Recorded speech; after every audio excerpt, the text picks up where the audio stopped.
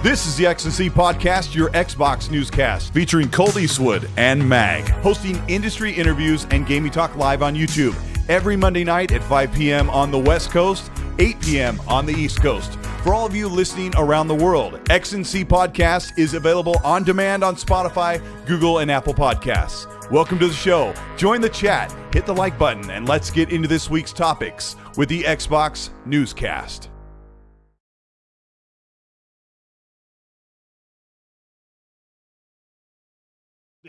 There we go. The button didn't work. The button didn't work. It totally didn't work. Let me see. Yeah, it's totally the button not didn't work. I've got the Dude, I've got the we're stream on right deck. now. We're on. Yeah, I've got the stream my deck. Face. Yeah, okay. And it's just not like. Yeah, it's just not working. Love it. Love that. Whatever. I mean, it's totally lit up. But hi, welcome to the X&C Podcast. I'm Colteastwood, and happy Cinco de Mayo to all those who are celebrating with tacos and don't even know what it's for, but you don't even know what it's for? Do I have to give you a history lesson? Well, most it's people about don't know honoring what the it's dead. for, but you know. It's for honoring the dead, the people that have passed on before you and family and stuff, so that they're never forgotten. So that usually on Cinco de Mayo, you go to the graves and you go to the resting places of your family and you spend the day there and you drink and you eat and you be merry and you tell jokes and all that stuff. And then you talk about the people who've passed so that their memories continuously live on, so they don't basically disappear into oblivion and irrelevance, so that they're always relevant and your memory lives on. There you go.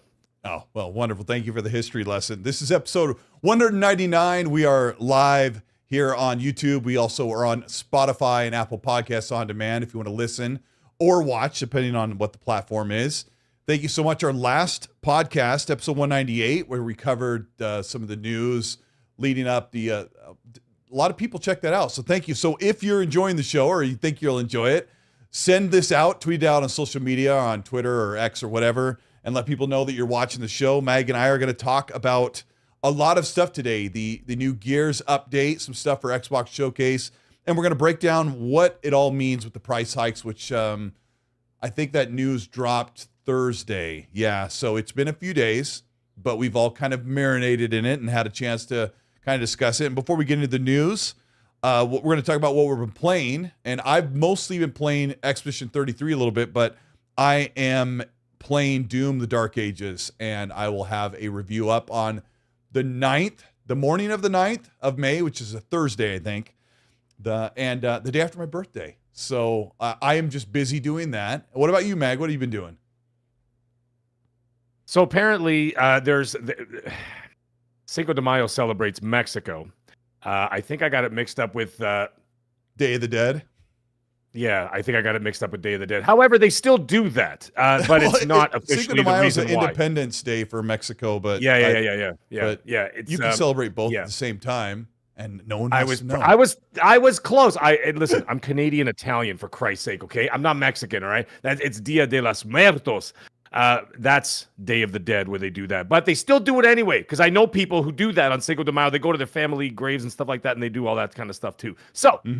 Either way, I got it mixed up. So it turns out it's Dia de los Muertos is Day of the Dead. And of course, Cinco de Mayo celebrates Mexican independence from who?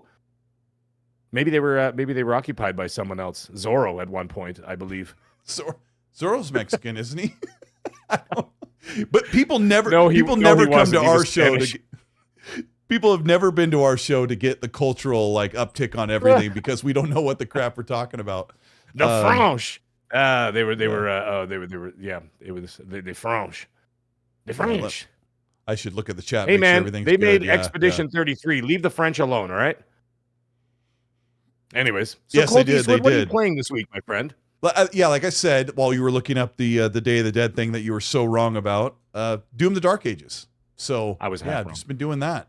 Doom: The Dark Ages, eh? Yeah, well, we'll talk about that next week when the embargo lifts. Well, no, the embargo lifts when? May. Why do I feel like it's May 9th? Because that's what I said while you were multitasking. Oh, I was multitasking because I was looking at the chat. Yeah, sorry about that. I did not hear that, folks. Either way, yes, May 9th, we'll talk about it. We won't talk about it on May 9th. I do the same thing, Mag. Like when you're talking sometimes and something pops up in the chat, well, I mean, I do this to my family too. It's horrible, but I don't know if it's ADD or it's just being really super dumb, but if I get distracted, the other person's voice just kind of goes. Yeah, dude, I'm reading I read like 36 comments in a row. Thanks, Bush Ninja. He has to put like the the rolling the eyes emoji which says Canadians. Anyways, yeah. Yep. So the thing is that I'm trying to read like all these comments. There's like dozens and dozens of comments flying by the screen all the way. And then all of a sudden I come back over this way and Colt's like, yeah, it was a little May 9th. And I didn't hear it. I didn't hear May 9th. But either way, we're going to talk about it next Monday. So, I mean, May 9th is going to hit before the weekend. But obviously, we won't be together till next Monday. But exciting news. I think by Monday or Tuesday. Yeah, I think by Monday or Tuesday, it'll be through the early access. So I think people will have had a chance to at least play it. Maybe we can have Red Wolf in the chat with and he knows what I'm talking about. I don't hear anything outside the world. Sure. You don't hear anything. I'll put up a bunch of gameplay on Monday. By then, I think it should be good. So, excellent. What have you been playing? What'd you finish this week? I have been very busy. I got the platinum on because I was playing it on PlayStation. I got the platinum on Star Wars Outlaws. Another Ubisoft classic. I don't care what anybody says. The game was magnificent. No pun intended. And then I will be doing my marinated review on that game. As like I said, there's no time limit for my reviews. I just do it. If it's 6 months later, it's a year later, it doesn't matter. The reviews are going to come out when they come out because I allow them to sink in and marinate, and then I'll be able to give my thoughts and feelings. I'm not trying to rush out on day one. Same thing with Doom. Like Doom, I'm going to be playing this week, and then maybe at 2 weeks or so, I'll give a review once I sit on it for a while, right? And I'll be like, all right, let me really sit back and think about it. I got to ask you briefly. I know you're going to do your review, but I have a friend who's really miffed or mad that my friend and I are thinking about picking up Outlaws after Doom: The Dark Ages is done, because there'll be like a little window of nothing, right? And he's like, no, don't play it. It sucks. It's the only thing they fixed was the stealth segments. And I'm like, I'm pretty sure they fixed more than that, but like, can you tell me briefly, like, is the game better? Because at first everyone hated it. No, they hated it because there were bugs, and then there was the other stuff because it was a girl. It should have been Han Solo and this and that, and she was ugly. They fixed all of that. Sniper, he's like, I've been playing Star Wars Outlaws for the last 4 streams. It took like 110 hours. How much time do you think I have? Yeah, it takes me a month to get either 1,000 or a platinum these days. Because I mean, I still game a lot, but man, dude, a game that takes 90 to 110 hours. Anyways. The sound design is wonderful. The music is fantastic. The music's a 10 out of 10. The graphics are incredible. They really cleaned it up. No bugs, 0 bugs I witnessed during my over 100+ hours I played in the game. Nice. The story missions were great. They fixed the stealth thing because apparently there were some missions that even you were doing stealth and you could bop stormtroopers on the head. I know it seems stupid that you can't really pistol whip a stormtrooper with a helmet on. Can we just have a little bit of suspension of disbelief, people? Like, we're just playing a game, right? Anyways, what they originally had is that if you got caught, the mission was over. You had to start the whole mission from like all over again, or at least they got rid of that. Yeah, and then right. And then what they've done now is that you can actually just go into like full out like loud mode, right, and start firing away, and then have huge Star Wars like laser blaster shootouts and stuff. So they did that. I'm listening to you. Combat. Hold on, I'm listening to you. Oh, you're leaving? I'm gonna go over there and unplug and replug my Steam Deck, and hopefully something doesn't explode. So I'm listening. Yeah, right. Yeah, that blue number. It's frozen. Like, it's all lit up, but the buttons don't do anything. So I'm gonna try unplugging it, replugging it back in, and it should catch my house on fire. But keep talking. All right, I'll keep talking. Malik, I wasn't doing a review for you, scumbag. It's too late to advertise the game, Meg. I don't care. That's the point. I'm not racing for the finish. But Colt and his friend. Yeah, that's right. And you know what? And on top of that, Colt and his friend are going to be playing it after they're done Doom. So knock it off. Anyways, the game is amazing. I really, really loved it. I enjoyed every single minute of it. It was classic Ubisoft. Even the space combat was really, really tight. The space travel was amazing. When you go into hyperdrive and you slam the 2 sticks and bam, and you go flying, it's awesome. Anyways, great game. Finished that. I'm also playing. I started Dragon's Dogma 2 finally, and of course, nice. In between all of that, I only put in about 3-4 hours of Dragon's Dogma. I just started it, and then of course, in between all that, I'm still plugging away with Expedition 33, which is such a magnificent game, so addictive, so incredible. I just can't seem to get enough of that game, and it's just quality. Once you get in, and you play 5-6 minutes, you're just locked in. You know what I mean? Like, you're just like, my wife could be standing next to me saying that, like, a grizzly bear came and like ate the car or this and that. And I just sitting there like going, okay, all right. Yeah, all right. Okay, cool. I'm like, ooh, Doc. And I'm like, ooh, Perry. I'm like, okay, all right, honey. Yeah. Oh, what's that? Aliens landed? Okay, cool. Yeah, okay, let me finish this. It's like you can't stop because it's so enveloping, right? And like everything from the atmosphere, the music, the graphics, all of that. I'll be doing my marinated review on that also in the next sometime this month. So I got a whole bunch of reviews I got to do. So I'm doing all that, playing that. So Dragon's Dogma 2, Expedition 33, finished Outlaws, and then I'm starting Doom this week as well. So busy cat, ladies and gentlemen, busy cat, and of course doing a lot of videos on my channel, a ton of videos. So yeah, it's okay. boy, That's it's a lot of work, buddy. You have been busy. All your videos been popping up, and I did a weekly news video, and I've just kind of been chilling. And I think the next day, the day that I put out my news video, I got the Doom: The Dark Ages code came in, so I'm pretty excited about that. Yeah. Shout out to Cameron Kazemi Farr in the chat. He's already got his 1,000 out of 1,000 on Expedition 33. Like, ladies and gentlemen, that is something else, man. That he already got his 1,000 out of 1,000. So shout out to you, brother. And something else, Colt. I wanted to mention this very briefly. Is that you remember when we had a talk? I think it was 2 weeks ago, and then I talked about it last week. I was talking about I don't care where you play and how you play and this and that. Let's just start building a positive gaming community or whatever, right? That was last week. So I've got Was that last week? I thought I said it 2 weeks ago. So yeah, so we started talking about that in a matter of a week. I just like to say right here live on this channel that I have added 217 new people on Xbox this week alone. And on the PlayStation, 67 new people have added me on PlayStation. That is almost 300 people in a week that are just like, hey, man, I love what you're talking about. I love the positivity. I love the enthusiasm, all that kind of stuff. Like, let's just game whenever you're on. And I was on Sunday playing Expedition 33, and a whole bunch of people came on, and they were all talking and stuff. And I was in a couple parties. And then some dude, after about 5 minutes, he goes, like, as in mag? Like, as in YouTube mag? And I'm like, yeah, it's me. And he's like, holy S. He's like, I didn't even realize I was talking to you. And he's like, yeah. I'm like, yeah, I'm here. So yeah, it was awesome. I've been doing that and talking to some people on PlayStation as well. And it was just so awesome and heartwarming, man. I'm like, keep it coming. Let's get this community even bigger. Like, and not just Xbox, PlayStation, everybody, man. Let's get together and do some games. Either way, shout out to all you out there, man. You guys are all beautiful. Yeah, speaking of that, I want to shout out the channel members and veterans that I do probably need to update the list, but I don't often read it on the air. But shout out to KY Bob, Assassin Lupa, Jazzy Noob, Xbox, Hargeet Chani, Jason Lewan, Lord Sin Eater, William Riggs, Farscape, Matt Houston, Zimic, Nelson Bernal Vigil, Kings 5050, Happy Bomb, Decatron, Tricks of Portray, Armin LaRoche, Matt Burns, Yodani Kazada, Robert Jackson, Dante Moody, Betamax, Septic Sauce Center, White, V Simcoe, Assassin, Dub, Raiden Blade, Rescue for the Biscuit, True 77, Micah Ford, Pen Pineapple Pen, Trell Roberts, Meat Puppet, Red Wolf, Jedi J. Golan, Rippin, Highlander, Techno Caveman, Fires, That Blue Number, Kung Fu Hot Dog, Shooter 28, Tex Made, VMAC, B Martin, Sith Lord, Good Old Collingwood, Dead Time, KJ Wars, Darkwave Mortem, Lord Starkiller, Kings, Justin Durrell, Biff Rinaldi, and Diz Guy 07. I'll add some more to the list, but thank you guys so much for supporting what we do here on the XNC podcast and on the Colteastwood channel. We really appreciate it. There's a lot to talk about today, and I want to dive right into the news. But before we do, I want to give a massive shout out to our awesome sponsor that has made the show so much more fun and made it more exciting. That they reached out and said it's Cinco de Mayo tomorrow, and yesterday they said it's Cinco de Mayo tomorrow.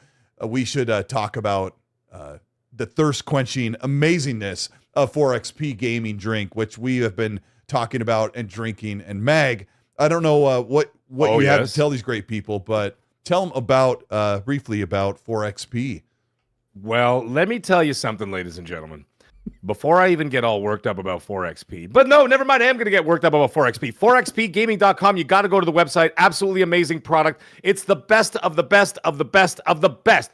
Get out there, get onto the website, but there's something super extra special coming this week, folks. And they have, if you go to the website right now, they have a giveaway for the Doom Ultimate Edition of the game. And you know what? while you're there, you can enter the contest for free. But while you're there, why don't you get some Ultra Nightmare? And why? Because you might be playing Ultra Nightmare difficulty on Doom that very week, courtesy of 4xpgaming.com. That's right, ladies and gentlemen, 4xpgaming.com. Go to the website.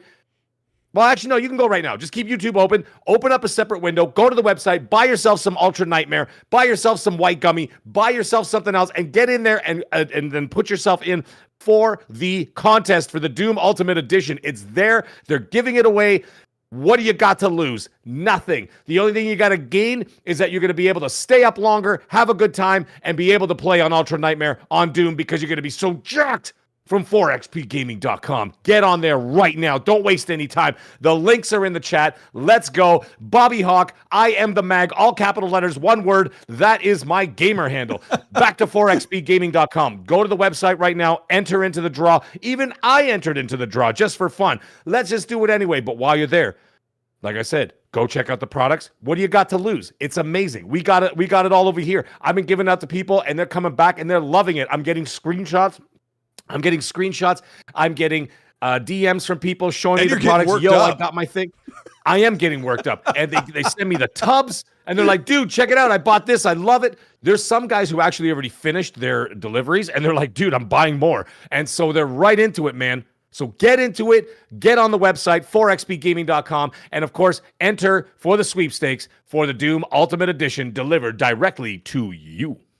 Awesome. Thank you so much, Mag. Dude, you're the best. I love it. You make me salivate in more ways than one. And shout out to 4XP. Let's talk about something else that really gets us worked up because it's probably been one of the most incredible years in gaming, but also some of the most disappointing with the latest news that Strauss Zelnick's a liar. He lied. And they strung us along thinking that Grand Theft Auto was coming out in 2025. A lot of us really believed it. Of course, there was the naysayers that were like, there's no way it's going to be 2025. And they were the half glass, half full, that type of person, right?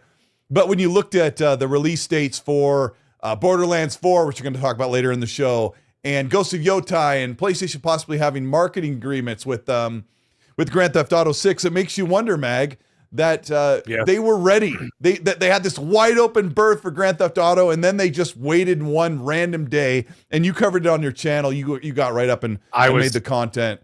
Tell us, everybody, what's going on with Grand Theft Auto 6. Like, when are we going to see a trailer and just everything that is on your mind?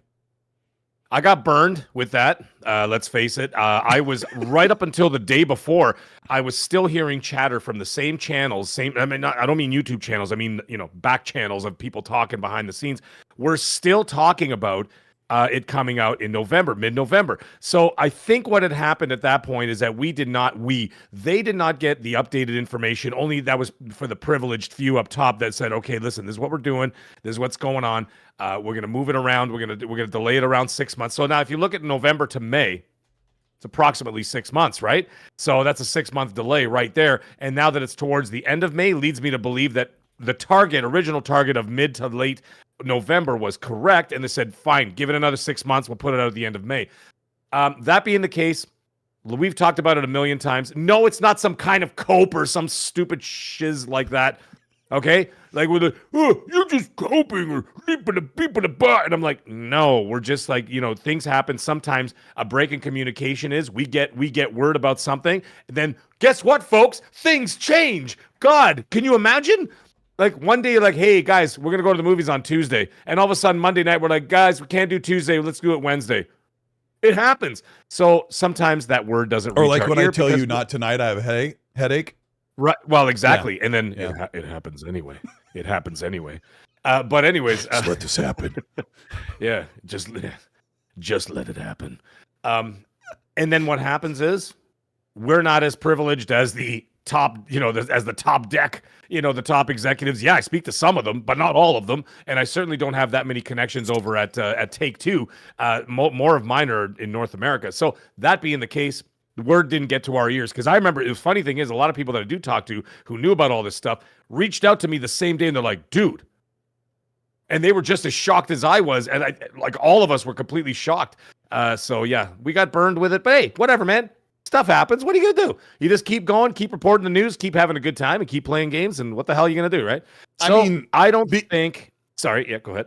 No, I'm just being called out, or somebody saying, a few people saying, hey, you said it was going to be 2025 and you're wrong. Like, that's really inconsequential according to the millions and millions of us that want to play the game. There's a lot of discussion around the possibility of the price, which we'll get into, the price of what Grand Theft Auto will be. Some people have some real harebrained ideas of what they think the price of, or how they'll bundle or package the game. I think I have a fairly reasonable idea of what's going to happen. Maybe I'll talk about that in a moment, but they had all year, they had 6+ months to release Grand Theft Auto 6, and they've decided they're not even going to make this year. Jason Schreier reported that afternoon, or that morning, he said that nobody at Rockstar really believed that they were going to be able to launch by the end of 2025. So this delay has been a long time coming. My problem was, you were keyed in and paying attention to Ernie's calls with Strauss Zelnick, and he was like, yes, we're waiting till the last minute to get ultimate hype, just to satiate the stockholders and to keep their stock from tanking. I was on that call. What happened? Why did they pick spring 2025 to say we're not making it this year? Like, why not wait until later in the year? There are a lot of theories out there. Some of the theories are, I know one that I could speak on is that it's not my theory, okay? I'm just going to report it. Is that one of the theories is that they're waiting for the price hikes to go up, so they didn't want to be the first. Outside of Nintendo, but we're talking about for, the other side of the fence, where the PlayStation, Sony, PC side. Sorry, the Xbox. I said Sony and PlayStation. Xbox, PlayStation, and PC side of the fence. No one has actually raised their prices yet. I think. I know Xbox is going to be the first to do it. They've already told us so. I have a feeling the first game to do that is going to be Call of Duty. And why not? Because the Call of Duty people are going to buy Call of Duty or play it no matter what price you put it at. So the PlayStation people are going to be paying $80 for that. Xbox people will be paying $80 for that. Whoever doesn't buy get Game Pass, and then same with Steam. Whoever is not part of Game Pass, right? So I think that's going to be the first. That's that. Now I don't see that as a reason to lose 6 months worth of profit. You know what I mean? They knew damn well that they could charge $90 for Grand Theft Auto 6, and they will outsell every game in the history of gaming. So I think it would even take up like the challenge of trying to beat Tetris for the most sold game of all time. But yeah, you know what I mean? I know that they could do that. So I don't think that's a valid argument, saying that they're delaying it just for, you know what I mean? Just to wait for the pricing increases to go in. I just don't see that. Other than that, I would imagine just polish.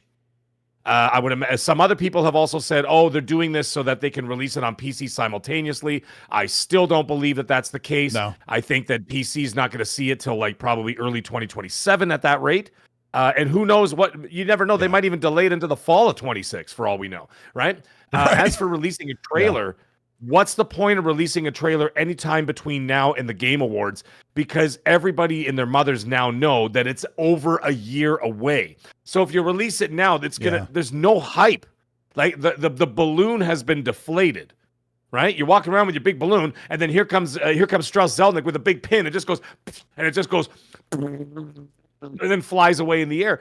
Nobody cares. So if you release a trailer now, you're like, all right, cool. I'll play it in 13 months, bro. Like, you know what I mean? Like, nobody cares. Let me give you the date on the Grand Theft Auto 5 gameplay trailer, which we are waiting for Grand Theft Auto 6. July 9th, the game released. September 17th. 2 months later?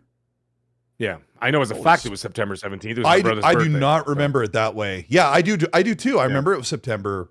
What'd you say, 13th? Yep, 17th. It was September 17th. Oh, okay, 13th was my memory. Yeah, awesome. Yeah. So 2 January months, makes sense. There's no reason for them to release a gameplay trailer, which is the next thing we'll see until February or March. And then they do those little exposés, where they do like those 5-6 minute videos about the GTA Online, the new features. You remember they were doing those like once a week or once every 2 weeks. They'd be like, you can go golfing, you could do a full 18-hole golf course, you could play tennis, you can go scuba diving, and they were showing like all the different the features See that you mountain? could do with the game. You can lick it. Yeah, that stuff. Yeah, so you could do all that stuff. I would imagine January would be a more suitable time to start firing it up, because at least then you could see the light at the end of the tunnel. If you do it anywhere between now and then, like everybody's like, okay, dude, it's still next year. You know what I mean? So like, what are the chances? Is the point? What is the chances that they show that gameplay trailer in January or February and then they're like, we need 3 more months. We'll see you in the fall. Oh, I just don't care. You know, the thing is, I told somebody, there's a guy, Steven 4XP, I'm going to call him because he changed his name. Right. Just for the show. And I told him, I said, dude, listen, honest to God, I don't even want to talk about it until it's literally like weeks away. I don't want to talk about it. I mean, when the trailer comes out, obviously, but like, I don't want to be like every day going, oh crap, man, I can't wait for this. I can't wait for that. And there's no point. Between now and then, we have a mountain the size of Mount Ararat where Noah's Ark sits right now, full of games. We have so many games to play, whether it's on Game Pass, PlayStation, third-party, PC, Steam, whatever the hell you're playing on, Switch 2, let's not forget those guys. There are so many games to play. Is anybody honestly thinking about what's coming out in 13 months from now? Dude, we have to get through all these games. We're going to have to cut through this forest with the biggest chainsaw known to mankind just to get to the other side. I'm going through... What's the point? Yeah, I'm going through week by week. Like, I'm going to spend the week finishing Doom the Dark Ages, and then I was looking at some of the May releases. I have to finish Expedition 33. I completely gave up on Oblivion. Like, I need to sit down and just play Oblivion when no one's talking in part. I gotta get on these Discords or party chats, and I'm like, I start to play Oblivion, and I'm like, and I can't do this right now. That's right. That's why I asked you about Outlaws. Like, I started on Xbox. I want to get it on PC and see how it's improved, and maybe play it alongside Zocker, because Zocker wants to play it. I'm really just thinking a couple weeks out when it comes to gaming. The next thing I wanted to ask you about, let's talk briefly about what the price proposition for Grand Theft Auto 6 is, and then we'll fold into the next game, which is slightly related. So I think I've said many times, maybe I'll start with me, because I've said many times what I think they're going to do. I think that Grand Theft Auto 6 will be an $80 game. I don't think that's weird at all, because that's the new normal now. Thanks, Xbox and Nintendo. Thank you so much. Thanks, mister. Thanks a lot. And that's an oldie. That's from UHF. I think they're going to do $80 for the game, and then they're going to do $100 if you want the single player plus Grand Theft Auto Online. And then if you want to buy Grand Theft Auto Online by itself, they're going to say, well, we're not selling Grand Theft Auto by itself. I think what they'll do is, for the first year or two, it'll be campaign. If you want the whole package, it's $100 to get both. You get access to online. And they know, they won't say it, but this is my prediction, that they'll wait a couple years, and then they'll release GTA Online, like standalone, $40. $40, $39.99. Sure. Yeah, that's what in the US, that's what I think. What's your guess on the Grand Theft Auto pricing? That's bang on. I think that's bang on. $80 for that, $100 for the single player plus the GTA Online, which I would imagine, I'm not justifying it, but I'm just saying I would imagine it's going to be much more expensive than the GTA Online that we've seen now. They've only had 13 years to work on it, so you know what I mean? Like, obviously it'll be much bigger and we're deeper. Suckers. We'll pay it. Dude, I'm going to pay it no matter what. I got one more for you. I got to shoehorn one more in. Anybody who says they're not going to pay it, you're full of crap. Go. Let me see you in the chat. So where's Magnum? 100 US, Mag, to get online and campaign day one. Okay? Yeah, I'll pay it. 140 to get it 5 days early. Are you paying? Bro, just calm down. No. You know they'll do it. Listen, come on. I don't think... you know what? They will do it. They will do it. You know what? I'll tell you right now. Come on. No. Come on, yes. Mag. Yes. Mag, you going to do it? I'll buy it. Are you going to tell anyone? Or you going to keep it our little secret? No, you're just I'm going to tell anybody. You're just going to slide a couple of hundos underneath the window at the ticket counter? And I got to buy it twice. One for my wife and I, so we game share, and then one for my son and my daughter because they game share. So I'm gonna have to pay $280 day one, American, whatever. That'll probably end up happening. It's the price of a damn console up here in Canada. It'd be like $400. There's someone in the chat I wanted to. They were talking about. Talking about. I feel like this is my fault. I'm making you spend all this money. It's my fault. No, well, you're going to spend the same money too. Don't lie to yourself. And they're not going to be giving out any review codes. You know what? The review codes are going to cost $150. They're going to be like, "Nah, bro, you're not getting no review code." Yeah, there's What's no your name way again? I'm getting a. Yeah. They're going to be Hi, like, I'm Colteastwood. Randall who? Review cook. There. They're going to be like, they'll be like, Randall who? Randall Thor. Randall Thor. Oh, you know what? For you, $200 if you want a review code. Yep. Mag, you got to pay us. you get it for like $80. What was Colt, who you do you get want it to for call in the 100. chat? Shout out to the chat. No, For being I don't want to amazing. call him out. I was just going to answer him a question. His name is Siga 818 Gamers. He says, I'm just kidding. It's CGX. Okay. Yeah, I know. I was just being funny. It's CGX 818 Gamers, and he was saying, Colt, really, why have Game Awards and not show something on GTA 6 when they do it? No one cares about the Game Awards, right? Mags, listen, they don't need the Game Awards, and they're not going to pay for the Game Awards. You know why? Because when you're releasing a game for the Game Awards, it's basically the same as when you buy a commercial spot for the Super Bowl. They're going to charge you $1 million for it, or $500,000, maybe $500,000 because Keeley. What? Yeah, no, what, no, you you're think right. it'll be $1 million? No, I About mean a it mil? could be almost $1 million. Yeah. Sure. Well, that's where he gets all his money to put on the show, right? It's from the advertisements, from the trailers, and then the companies pay him X amount of dollars. Did you see his Gears announcement had Xbox last in the list? And moving on. No, I didn't watch it, but I was busy today. I did my video, and then, of course, go check out my video, folks. Mag Show. They won't do it there because they're like, well, why spend $1 million on advertising GTA 6 at the Game Awards when we could do it for free on YouTube, and the whole bloody world and their mothers and uncles are going to watch it. So they don't need the Game Awards, and they're not going to spend the money there. They'd probably rather just spend the money on the completely useless advertising that they absolutely don't need. BT Maverick. All they have to do is, you know what I mean? Yeah. Maverick, what does he want? BT Maverick says in the chat that Jeff would give them a spot for free. I could totally see where Jeff's like, "Hey, hey, Rockstar, do you want to show something at the Game Awards?" And they're like, "Nah, we're good." He's like, "Really? I'll do it for free." Because it would be huge for a show. It'd be worth it for free. And all you have to do is say, Grand Theft Auto is going to be at the show. That's all he has to say. And he would pull in viewers. So yeah, okay. He ain't wrong. All right, from that angle, I didn't think of that angle, which is unusual. But I didn't think of that angle. That's a good angle. That's a good angle, saying like, listen, we'll talk about it before. I'll mention that GTA 6 is there. Then you're going to go from 72 million viewers, or however many viewers he had at the last one. That's going to go up to like 1 billion viewers. So you know what? It would be worth it to let him do it for free.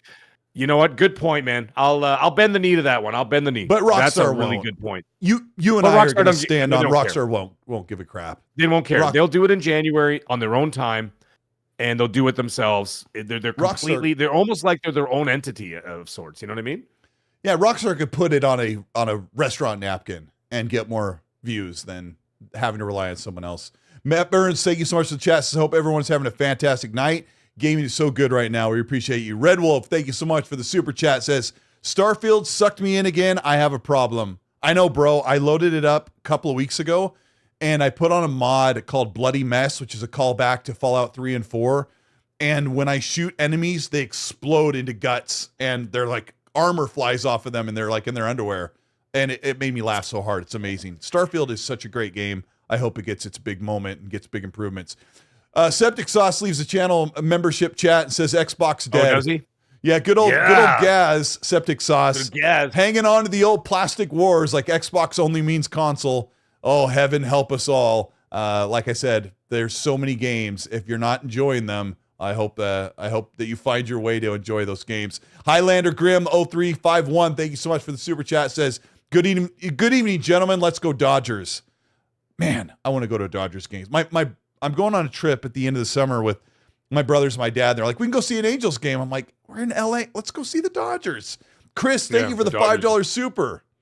Have you ever been to a Dodgers game? I think I've been. No, my cousin goes all the time. He goes every single year. He goes to a bunch of Dodgers games because he's a huge Dodgers fan. So yeah, I'd like to go. Anyways. I wonder who they're playing tonight. Chris, thank you so much for the super. Says, I'd be surprised if we don't get Gears 2 and 3 remasters. Xbox is all about play anywhere, and you can't even get those 2 games on PC right now. That's like that whole super chat from Chris just explains the entire subject, which we'll get into in a minute. Udonic Auto is an amazing channel. Mod says, He'd do it for a free pair of Kojima briefs. He buys those, by the way. The Kojima briefs, he buys them. You know, like in Japan, they have like used panties in the in a vending machine. They have used panties in the vending machine. He's like, L6. That's the Kojima briefs. If you actually go to Kojima's studio, he has a vending machine with his used boxers that you can buy, you can purchase.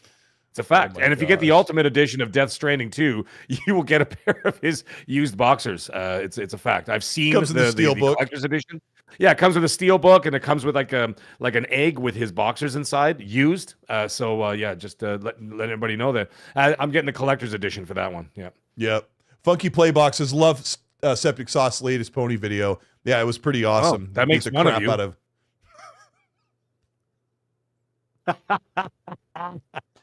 Hey, come on, man. If Gaz is listening, I gotta poke him in the ribs, man. What the hell are we talking about? Someone asked where Zocker is. He's at home eating feta cheese and Kalamata olives. Don't worry about that Greek guy. You got an Italian guy. You don't need a Greek guy. The best thing is to appropriate someone's lineage by talking about food. That's my favorite thing. Yeah. My kids hate it too. Dad, that's super offensive. I'm like, it's food. To who? That's what they eat. That's what they eat. Souvlaki and Kalamata olives and feta cheese. What the hell are we talking about? Yep. Freaking Greek yogurt all day long. Like, exactly. Do I get offended if someone says my kids are all wound up tight, bro? My kids are all wound up. Like, you can't even make an accent. Like, it's all off limits. And I'm the parent, so I'm smack them around a little bit. No, they beat the crap out of me. They're great kids. We got 509 Gaming who chatted. Finally, I'm able to catch a live one after 2 weeks. All right. Colt and Mag, I got the disc version of Gears Ultimate. Will I benefit from the free upgrade? No. No. Probably. No? No. Did they say no? Only. Yes, I had it in the video. I could pull it up again just to double check. But they said that if you want it for free, you will get the upgrade for free if you have the digital purchase of the Gears Ultimate game. They did not say anything about the physical. However, while we're here on the show, I'm going to pull up a third screen here, and I'm going to look it up. And okay, but we can keep talking. No, that's fine. I just figured it would. Yeah, digital only. That's kind of dumb. But all right, let's. This is kind of a weird one. We brought this up a couple times in the show, but we're going to talk about Mindseye because thanks to my good friend Hargeet Chani, he was digging into the metrics on the Mindseye game trailer, and it is over 90% in the like ratio. And I would assume that nobody really cares about this game or is ready to bomb it because it got leaked this week. Like 6 or 4 minutes of gameplay got leaked of driving around in a city. It looks like Watch Dogs, or running around and shooting, which looks like a serious Saints Row mixed with Just Cause and Grand Theft Auto 5. And people are just really ragging on it. The thing I wanted to bring up is that I see a lot of people on social media just straight up telling the devs their game is trash, or telling them that it's dead on arrival, or it looks like garbage, instead of saying, maybe I think I'm so naive, Mag, but instead of looking at a game and going, man, that doesn't look very good, and just walking, that's just how the internet's been for like 30 years. They have to speak their mind. They don't care about how other people take it. But because no one loves them at home. Maybe. Let me ask you this first before I dive into this. Yep. Meg, how often do you go onto someone's website or YouTube video or whatever and tell them and speak your mind how you don't like their product? Never. Like whether it be a band's album, a content creator's YouTube video, or a game developer saying, hey, here's a look at our game. How often do you do that? Never. I've never done that. I never do that. You know why? First of all, because it's stupid. It's not constructive. On top of that, it's just like restaurant reviews. You know what I mean? Like you serve 10,000 people and you get one a-hole goes on to, Expedia Yelp, or whatever those stupid site. Yelp. Yeah, sorry, Expedia. It goes in Yelp or whatever. And then they're like, I didn't like the calamari. It wasn't you better shut up. Get the hell out of here. Just don't come back. Like, what kind of a loser virgin ass-faced you got to be that, like, when you're done going out for dinner and you're like, oh, the salmon wasn't perfect, and then you actually have the time to go home, go on your computer and type like a douche nozzle and sit there and write it out and write out a big paragraph this big about how the salmon was medium instead of medium rare or whatever. And I'm just like, you got that kind of time in your life, bro. Maybe you should go, like, I don't know, go find someone of the opposite sex, whether it's man or woman. Go do something, or same sex, whatever you're into. Go do whatever. Malik, show me which video got ratioed, because Hargeet was looking at the last gameplay trailer and it was at 90.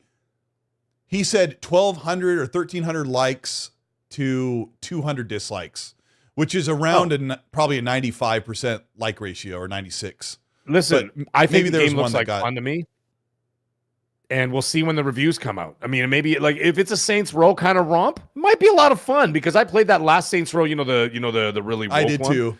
I did too. I loved it, man. It was so much fun. I mean, when they spoke, I followed your advice. I turned the sound off because I didn't want to hear it. I'm like, it wasn't a good game, but I did have a lot of fun with it. And it was so fun just hitting people with like sex toys and big oversized machine guns and blowing up cars. It was basically and customizing like everything was it was awesome. And the gunplay was good. The gunplay was really good. I have to say, Cole, listen to this. Yeah, okay. Go ahead. I just want to say that when you talk about restaurant reviews, people they absolutely should, or they have the right to criticize or say if they don't like something.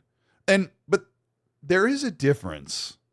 Maybe there shouldn't be a difference. And I'm going to try to be as even keeled as possible on this, because this is partially a problem in the industry with the way that the community treats developers. And there's a problem with developers not listening to the room and making a quality product the way that most people want it to be. So I'm going to try and be even keeled as possible, because I got in a really heated argument with a good friend about this last night. Really? People should, yes, because I talked to someone last night that told me gamers should absolutely speak up and tell devs when their game is trash, because we are going to face a gaming crash where all these games are garbage because developers aren't listening to the community and they're making slop all the time. I don't believe that gamers are making slop all the time, but when you go to a restaurant and you pay and you spend $60 for your family and you buy the food and you finish it and you eat it and you go home and you're like, well, I paid, I didn't like it. Like, you can say something.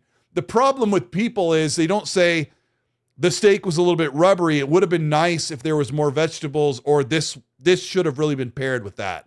But they don't say that.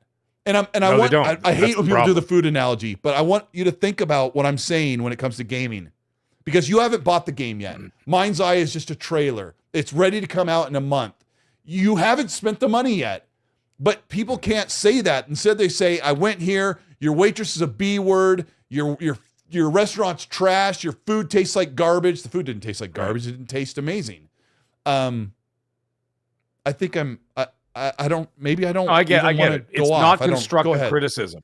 That's what I'm trying to say. It's not constructive criticism. That's what I was trying to get at. There's no problem in, like, if you didn't enjoy an experience, be like, all right, whatever, I'm just not going back there or whatever else. And whatever, even if you feel the need to say something, be like, yeah, listen, it really didn't work out for me, or that.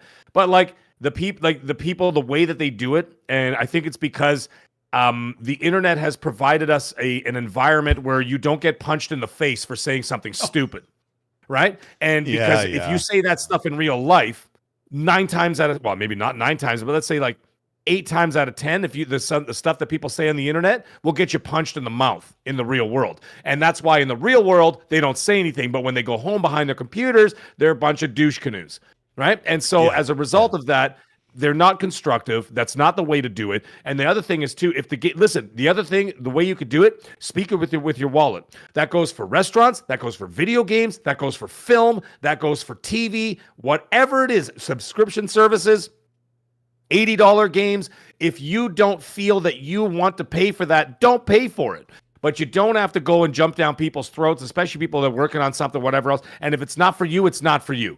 But it might be for somebody else. Or if it's a complete disaster, then you could be like, yeah, man, it's just, nah, this ain't it. And then just walk away. Like, for example, I'll tell you right now. Yes, you can always wait for reviews or fellow people in the industry. YouTubers. I listen to YouTubers, my friends. Carry on. Yeah, I'm going to do what you and I always talk about. I'm going to wait for the reviews. Because Mindseye is like, it's my kind of game. It's third person. It's got the driving. It's sandboxy. It's got the cool guy from Mafia 3, Lincoln Clay, is the main actor. It's got some cool stuff, but I have a feeling it's going to be like a 62 out of 100. I just have this feeling because it got shown and it's coming out 6 months later is kind of spooky, right? A little bit iffy when this trailer's come out that late. Yeah. But you know what? Maybe we'll reach out. See, I'm going to do that this week. I'm going to make a point of maybe reaching out to them and seeing if I can get a review code or something and be like, hey, let's, like support the game and like, just give it a shot. I mean, there's no harm in it, right? I mean, if they're putting out a product, I wouldn't be, and it's not because I'm trying to get it for free. It's because I'd like to look at it objectively and give my opinion. Can I, I'll try and save myself because I know I can come off as like, oh no, the poor devs. I think what I'd rather see, because I don't want to police what people are saying, because people are going to be asshats all the time. That's just what they do. And it's fine. A bit of me feels bad that a developer's like, we're sending out a social post. We're showing our, here's our trailer. And people are like, DOA, trash, looks like AI, and all this stuff, just being rude. And yeah. I kind of wish that if you really want to say a game is trash, save it for your buddies or save it somewhere else, because this is going to sound really dumb, but I'm just going to say this. It comes off as real a-hole like to make that comment, because you're allowed to say something looks like trash or something's crappy, but maybe use some tact and some maturity and not say that right in front of the devs, because you're not going to be able to fix the game. They're not going to like delay. Maybe they would delay the game another year and then maybe they'd have a better game, but maybe I too can feel like maybe that is a point, but it's not constructive to call it trash. When you find, and I think I'm not speaking for the people that are here, because our chat's amazing and they're always constructive and creative and they use nuance. But if you're a person, let's just say some side person like picked up this podcast and was listening to it, and they're thinking to themselves, yeah, sometimes I do that. Sometimes I go on IGN, I'm like, you guys suck, and I just write that because that's how I feel. Maybe it would just be better if you just found a better way, because no one listens. Like when someone jumps on my content and says, you're a shill, you're a loser, or you're an old shill or something, I'm not listening. When someone says, Colt, when you're talking about a game, you need to make sure you do this because you always tend to do this. I read that, I'm like, oh, dang, it makes me think. Maybe I just said all that for nothing, but like, just use some tact. Like, you're not going to change the gaming world by calling everything trash when you don't like it. No, that's what we're referring to. Like I said, it doesn't matter. Like, for example, I'll give you an example. HBO's The Last of Us Season 2. The Last of Us Season 2 video game was my game of the generation last generation, very closely followed by Resident Evil 7 and Dying Light. I know there's a theme there, folks. Seems to be a zombie theme, right? But anyways, those were fantastic games. And but the show, Season 1 was incredible. I hate Season 2. So far, I've only reviewed 2, and I don't even want to review episodes 3 and 4 right now because the show is so bad. That to me, dude, okay. I can't stand it. I just can't stand it. And I even said it in my review. I gave it a 4 out of 10. It's that bad. And then apparently the ratings have dropped right off. But am I going to go call HBO or Bella Ramsey and be like, whatever, why don't you just throw yourself off a cliff and you guys are trash, this and that. Like, I'm not going to do that. You know what I'm going to do? I'm just going to say, listen, man. I don't know, maybe some dialect of Italian. And I'm just going to be like, you know what? I'm just not going to watch the rest of the show. I have literally no desire to watch the rest of the show. Am I going to make it my life's my life's work to go out there and just trash these people personally, and stop like some other people on from YouTube? Watching? Like, do you go down the sidewalk and grab like some guy by his coat and go, don't watch the rest of it, please? Yeah, exactly. It's I had a friend who's literally telling me that. He's like, no, don't buy Star Wars Outlaws. No. I said, well, I heard they improved more than just a stealth thing. Don't buy it. I'm like, dude, trust me, the game is so fun. I've heard from Dante and Holly and you and then people original just talk about how much I've heard it's good. Whatever. Mwah. Sorry. Listen, while we were talking about this, I pulled up the Xbox, the actual website here. and it's confirmed what I had said. Xbox fans who own the digital version of Gears of War Ultimate Edition will receive a free upgrade to Gears of War Reloaded. No physical edition. If you own the physical edition, you are SOL. However, but Colt, it doesn't matter because most of those people that do it have Game Pass, and you're getting the upgrade for free. No, Mag. If you own the disc is no. Sorry, that was my Vader from Revenge of the Sith. Today, he does. Is Revenge of the Fifth. He's like, no, she didn't make it, or whatever. She died. No. I'm gonna play Mindseye, and I'm gonna stream it on my channel. The disc in. You put the disc in, and it says, "Hey, dude, you own this game," and it downloads the latest updates. That is bullshit. How can they tell you don't get the update when you bought the disc? Well, why don't you call Phil? Are you listening? I'm calling him right now. Of course he's listening. He is listening. Of course he's listening. Phil, what's up? Yeah. I know you're busy putting a lot of games on PlayStation. I got to ask you about this physical. Oh, you're not doing consoles anymore? All right. Well, he's done. There you go. On everywhere that Game Pass exists. Oh, sorry, it was me. I was pretending I was Phil Spencer with my my Xbox controller phone. And oh my gosh. Hello? Yeah. On systems where Game Pass exists. And I know the majority of people probably bought that game digital, but if you bought the game physical, you're supposed to own it forever. Like just flip the switch. Well, I mean, technically, it's literally something where if someone puts the game in, that is such bullcrap, Meg. If you put the game in, it will say, all you have to do is when you put out. I'm sorry, I got ahead of myself. I know what you're saying. August, when you 26th. Load up Gears Ultimate, it's going to say this game needs an update, and it's going to give you the Gears Reloaded. I think we'll go into this subject now. Let me put this in timestamps. Thank you guys so much for being patient with the show as I cover all this stuff. When you load up Gears Ultimate, it's going to say, here's your update. When you load the disc in, the Xbox and Xbox Live know you're loading up Gears Ultimate. Just take that patch and apply it to the disc. It's not that hard. There's no reason for you to be anti-consumer and not push that update to people who own the disc. And I don't know if anybody from Xbox or anybody who talks to someone that works at Xbox hears this, but that is unacceptable. And I'm sure there are thousands and thousands and thousands of digital copies of Gears Ultimate out there. All of them deserve the update for Reloaded. All of them. I apologize. I got upset.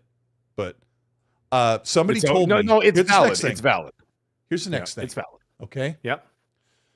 Somebody told me the other day when I was talking about price hikes, and I said I was not happy that Xbox went to $80, and they were the first one to do so when they are backed by $1 trillion company. And Phil said he said during the business update in February. Now I got to put this in the timestamp because this is important. He said in the business update, we're going to call this one Phil Double Talk.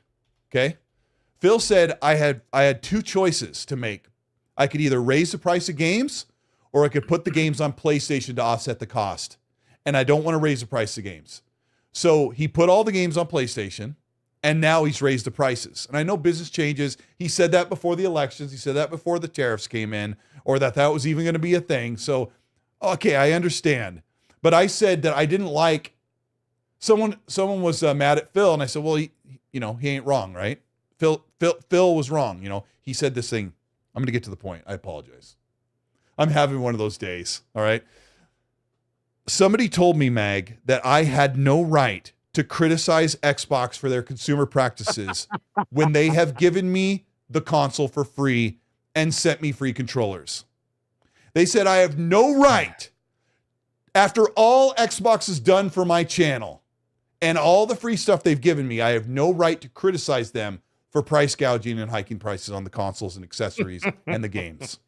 Your thoughts, Mag? Because if I go off, I might say something bad. I just gave you my thoughts. I laughed. Listen, you have every right to criticize that move.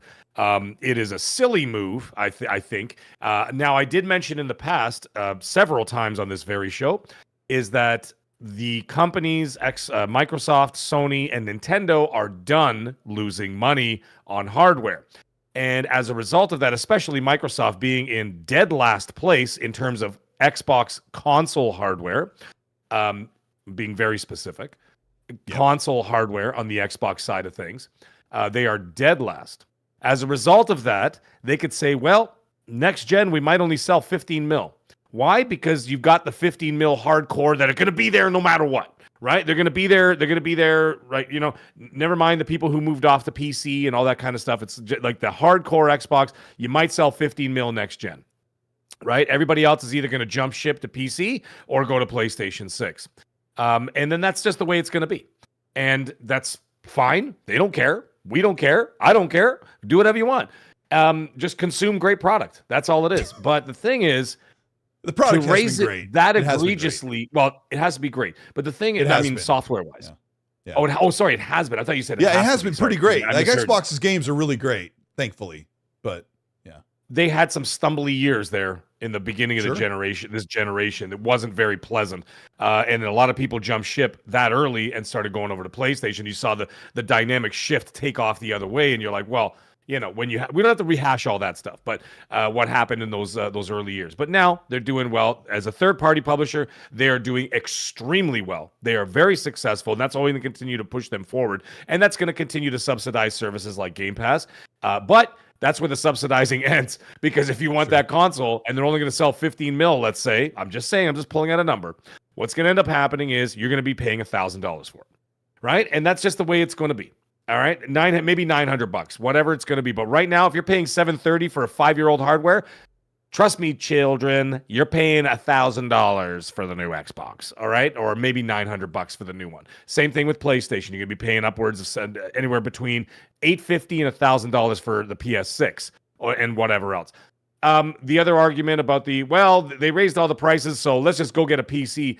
That doesn't work either, because the hardware that goes into the console, you're still going to spend $2,000 to go make yourself a PC that is actually somewhat comparable to a Series X and a PS5 Pro. aren't PC components also falling under tariff increase for price as well? For the United States, Yeah. this is global. What happened here with Xbox or with Microsoft is global. It shouldn't affect every single person or every single country, but it did. The software side of things, raising those prices, that had nothing to do with the tariffs. I learned that the hard way. Yeah. Yeah. So it's easy to point those fingers, but it's, Yeah. Why did Xbox raise prices to $80 for games if it doesn't have to do with the tariff? Like, give us your best educated answer. I don't really know. We've talked about it a million times. The rising cost of developer salaries. What? Oh, yeah. The rising cost of developer salaries. Yeah. They're ballooning way out of control, where the majority of them are in California. And California's minimum wage has gone egregiously too high, which of course has pushed everybody else's wages too high, which has put production costs way too high. Canada is following suit. It's getting ridiculous up here too. Like in Ontario is turning into like the new California, unfortunately, minus the weather. It's just that we don't get the nice palm trees. Summer's awesome, but whatever. The rest of the year, unless you're a skier. Anyways, the point is that it just keeps climbing up and up and up and up and up. But they love to mask those terms by saying development costs. So everybody thinking, oh man, developers. Let me ask you too much. Let me ask you about. We need to bring Steve Ballmer back. Let me ask you about. And his sweat. I said, yeah, no kidding. I said they brought the games up to $80 because the tariffs impacted 145% increase, and so they folded some of that over and said, well, instead of jacking up the price of the consoles way up, let's put the games up a little bit too and kind of spread it across the ecosystem. But my friend Fonz from Fonz Gaming saying that's not how tariffs work. Like, they didn't jack up the price of the console 145%. They jacked it up 25% or whatever. I didn't even do the math. I never bothered to. But they also specifically said on the Microsoft website that they said it was because of the rising cost of development. And that literally did not mention the tariffs at all.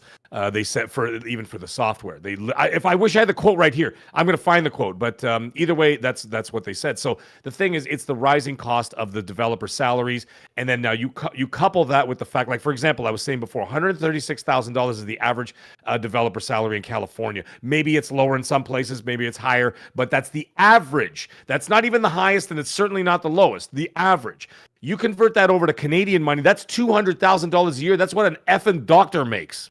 Are you kidding? So now you multiply that. Yeah, doctor.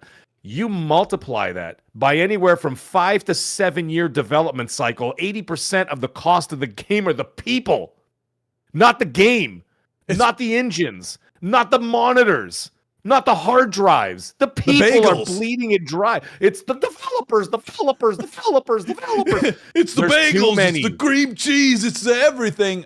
It's the lox and bagels, ladies and gentlemen. Games just take too long to make, and so it's costing a fortune, dude. Yeah. You multiply 500 people making an average of $136,000 a year, an average, and you multiply that over anywhere from 5 to 7 years, and you tell me how much that costs. You tell me how much that costs. It's a fortune. And of course, remember what I said a while ago when we talked about how they started offering this early access gaming so that they started charging $90 to $100 for games? And I said it back then that the reason why they're doing that is that that's what the price should be for games to match the development costs. And that's why they started doing that, because they're hoping that the FOMO will get at least a couple of mil right off the bat of huge AAA games, of getting those people to pay that $100 or $90 for the early access game. And they're still doing it now. Why are they doing it now? Because they're still going to be able to recoup some of that money from those early access people. They're doing it on PlayStation, they're doing it on Xbox, and not on Nintendo. And they're doing it on PC. Little Evil in the chat says, "Why is it being put on us as the consumers?" Evil. Yeah, I do too. Sorry, Little Evil says, let me say it again. Boy, chat goes fast. You guys are amazing. Thank you for being here. Hit the like button if you're enjoying the show. Send out a tweet and share the show and tell people to come join us. Shout out to over 575 people who are watching the show. We appreciate you being here and sticking with us as we talk about all of the news and all the big gaming changes. Little Evil says, how is that a consumer's problem? They're going to price themselves out of the market at some point. Yep, with the 100% with the standard Xbox being almost $600 or being $600, yeah, for a standard Xbox Series X. The Nintendo Switch 2 is cheaper than the Series S. You can buy a digital PS5 and have better storage and more storage cheaper than a Series S, and get a disk drive probably. It's unacceptable, and I was upset because. And I know I haven't checked, but I did the video, my weekly news video, and I said gamers are furious, and they should be, but it's just Xbox is supposed to be more pro-consumer. They have a hard time selling their consoles. I've deduced at this point that Xbox no longer wants the burden of selling their consoles at a loss, and so they've decided to just say, F it, we'll use the tariffs as leverage. We're going to set the price of the consoles. Maybe Satya said, stop selling the consoles at a loss. You're not selling enough to make it into the profit margin. You're not on quantity to make that. You're never going to be. You're losing so much money in EU and UK and overseas. Stop it. And so they pared back selling consoles over there. I'm going to say something really controversial and memorable in a second here. They have jacked the price out of price point or even desire realm for people to buy an Xbox. Anybody who's on the fence about buying an Xbox, why would they when they are overpriced and underrepresented and not represented software in their power and their support from their own in-house team? The thing that I'm going to say that's very memorable is 2027, we're supposed to get a next generation console. The rumor is that it is just basically a PC. It's got the console guts that make it so like accessible, and it's going to be really cool. And I'm not going to get into that. We've covered it, but just imagine 2027, at the end of 2027, a PC-like console that is just awesome. It's got a ton of power and AI driven and all this cool stuff. How can I sit here and tell you with a straight face and confidence that after all Phil Spencer has said, and then had to change as business changed, or had to change because he got overruled, or had to change because the market dictates that they had to change what he said he would do and has not done. How can I tell you and look you in the eyes that next generation Xbox is actually going to put out that console PC? Because it's very possible that Xbox could get well into 2027 and say, you know what, we've done the numbers. Mag says we could sell at least 15 million of those. It's not worth it. It's going to have to be $1,000 or $1,200. Yeah, that's what they're going to do. Just like Apple. We're out. I don't think they're going to be out. They're still going to offer it because they'll just make it as based on demand. Like the same thing that like Apple does. They have a $3,000 VR headset. They just make them based on demand. So like Apple doesn't even break a sweat over that stuff. They're like, hey, it's there. And then they offer some support for it and whatever else. And they just do it based on demand and they lose nothing. That business model has been used for them. Yosemite Blam and everybody else who's talking shit. Let me tell you something right now. 116,722 to 139,520 is the average salary of a game developer in the United States of America. And yes, Yosemite, I know how 122,000. Yeah, 139,000, 116,722 to 139. Just give us the first three numbers, Mag. I can't remember all that. I'm not looking at Yosemite, it. 116 to 133 or whatever, 139. Sorry. So, say it again. You want to go to school? Come over here. Come to the school of Mag. I will show you the ways. That's what Apollo Creed says. I will take you to school. I'll take you to school. Yeah. But anyways, that's exactly what it is. I just pulled it up right here, right now. And so there's no point even arguing about it. That's the facts. It's costing a lot of money, costing way too much money, taking too much time, which of course we're not going to delve into that subject because that's going to be the subject about AI taking all their jobs, not all their jobs, but the majority of their jobs, because it's way cheaper to invest in AI at the beginning and then just basically send a good chunk of those people on their way and save a ton of money in the long run and cut development costs and time in half. And that is a fact, and that's going to happen. So believe me, don't believe me, I don't care. But that's the facts. So, also, I'll offset my rant by saying that it's it's more than likely that Xbox will go through with next generation hardware, even if it is more like a PC. And Meg supports that really well, saying they're going to at least get 15 million people, and if they price it correctly, which they didn't do with the series consoles, they'll just make a couple of bucks on every single one of them, and they could just hang back because Xbox's MO. That's my support saying they probably will do a next generation console regardless. They'll just go ahead and do it anyway because Xbox's new method will be making a crap ton of money on console, on PlayStation, Nintendo, and Xbox. Growing cloud, which has been really successful. Growing PC gaming and PC Game Pass, which has been really successful. And then Xbox console will just be their smallest market that still makes tons of money on the subscription services, a little bit on the hardware, and the people that buy the games there. Even the people that buy like Grand Theft Auto or Call of Duty or FC or Madden or whatever, like that's still a viable source of revenue. But the pressure's on. And I just wanted to make that statement public that we can at least expect, like at this point, that Xbox will say they'll do something and they'll have to completely redo it. I won't say the other word that doesn't sound right. They'll completely go back on that and they might not do a console, but I think they will. And I'll be super excited for something like that. They'll be selling accessibility. That's something I always believe moving forward. They will still have hardware there, but I think the majority of their focus now is going to be as a publisher because they've seen great success with it. They're going to continue to see great success with it. Game Pass PC is growing. That's another avenue that they're going to push towards. Console, not so much not because there are people not on it. It's just they're not selling the hardware. Right? So as they're not selling the hardware, it keeps going in the negatives. It's hard to grow your Game Pass subscriptions when it's in the negatives. So what they're going to have to do is they're going to have to focus more on accessibility to the Game Pass model. But like I said, Game Pass PC has done great numbers. Yeah. Right. And the third party publishing has been tremendously successful so far. And so what do you think they're going to look at that and go, nah? You know, Yeah. we won't do Yeah. that. Are you kidding me? When you're doing something and it's tremendously successful, they're going to go headlong into it. They're going to be like, put all our resources there.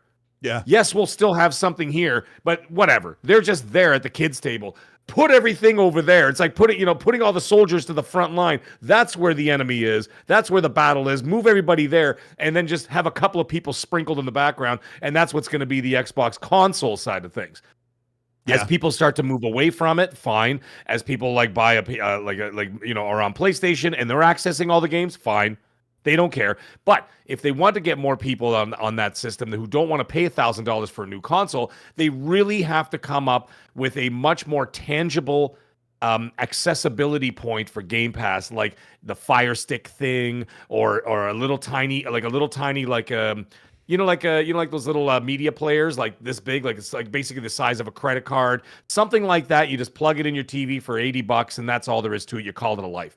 But they really have to lean into that.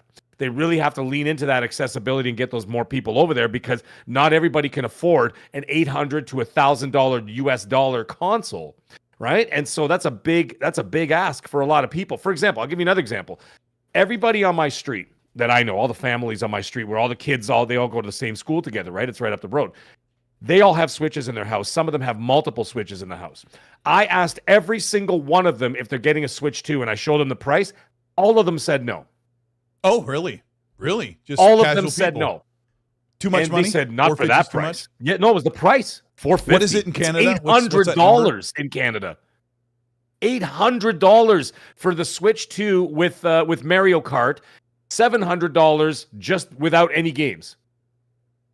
So everybody said no because of the price. They're like, what? And I showed them, and they all said, hell no. And so I did that on purpose. I did that as like a, just to see what they would say.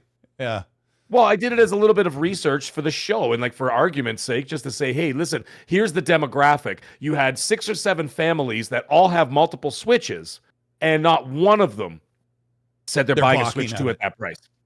Yeah. Interesting. So you see what I'm saying? So you start locking out the casual at that point. So therefore, you got to lean into the casual and say, for $80, X, Y, and Z, you can access this, that, and the other, plus your $25 a month for Game Pass. That's another thing that's going up in price. Yeah, sooner rather than later.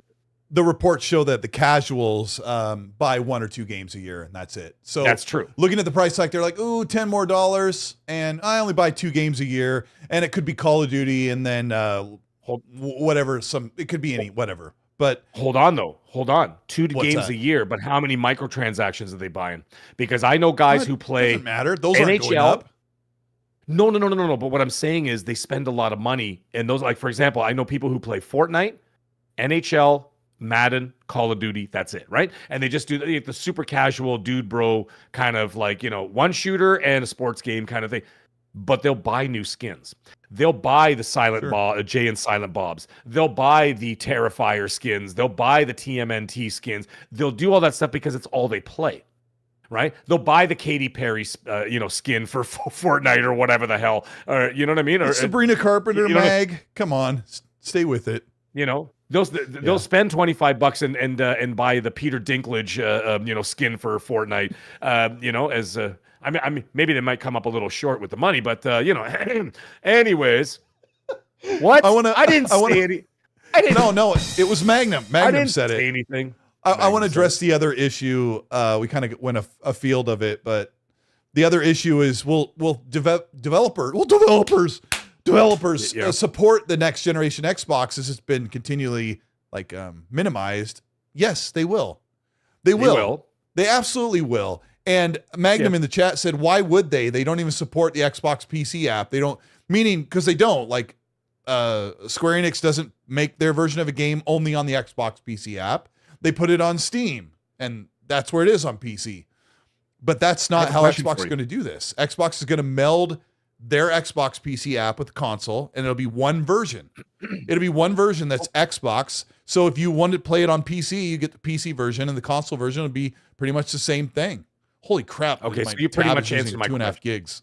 What's that? So I think you just answered my question. My question, because I'm not a tech guy, my question to you is going to be, do they design the next Xbox to basically just be a PC, like the exact, be able to play the exact PC ports, so that it makes it so much simpler for those other developers to put. Well, every time you say developers, you have to say it correctly. Yeah, sorry. The game for PC, give yourself an aneurysm. Yeah, so that they don't have to actually have 3 ecosystems. Yes, because you're right. If there were 3 distinct ecosystems, they're not going to develop for Xbox. But if it's very similar to Steam and it's a Steam box, no. EA would do it. Ubisoft would do it. But I'm talking about the Far East ones, the Stellar Blade guys, the Square Enix. Stellar Blade they're just skipping it.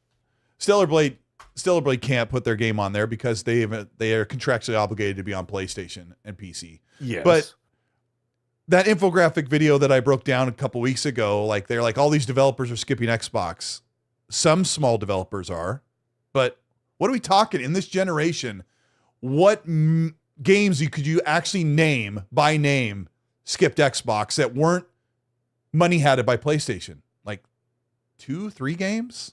Were they money? See, that's the thing, though. It's a trick. It's a question. Well, about 2 or 3. Black Myth Wukong. There's Black Myth Wukong for sure. Was money hatted by PlayStation. They paid to get the port, and they supported it.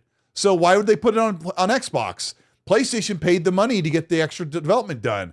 So yeah, of course it's going. They have consideration, but you can't sit here and name on one hand any game that you could rattle off by name. That people actually have talked about or played in a great number that missed the Xbox. Now there are some, like you said, there's the Far East or Japanese games that are only on Nintendo Switch and PlayStation and PC, and they've never bothered to make for the Xbox. And there are going to be some of those niche developers that never put their game on Xbox. But that's what I was talking about. Yeah, my dream or my prayer or my best ideas and intentions that Xbox should have is that next generation, you just get a PC game. That when you get the game, it looks identical to Steam. When you go in, it doesn't just say brightness and contrast, or it doesn't say brightness and gamma or HDR. It has all the settings. And you're a big boy now. You can learn how to just do the presets, or you can go turn everything on medium or high and just leave it and let it go. But I think the future is Xbox is more like a PC.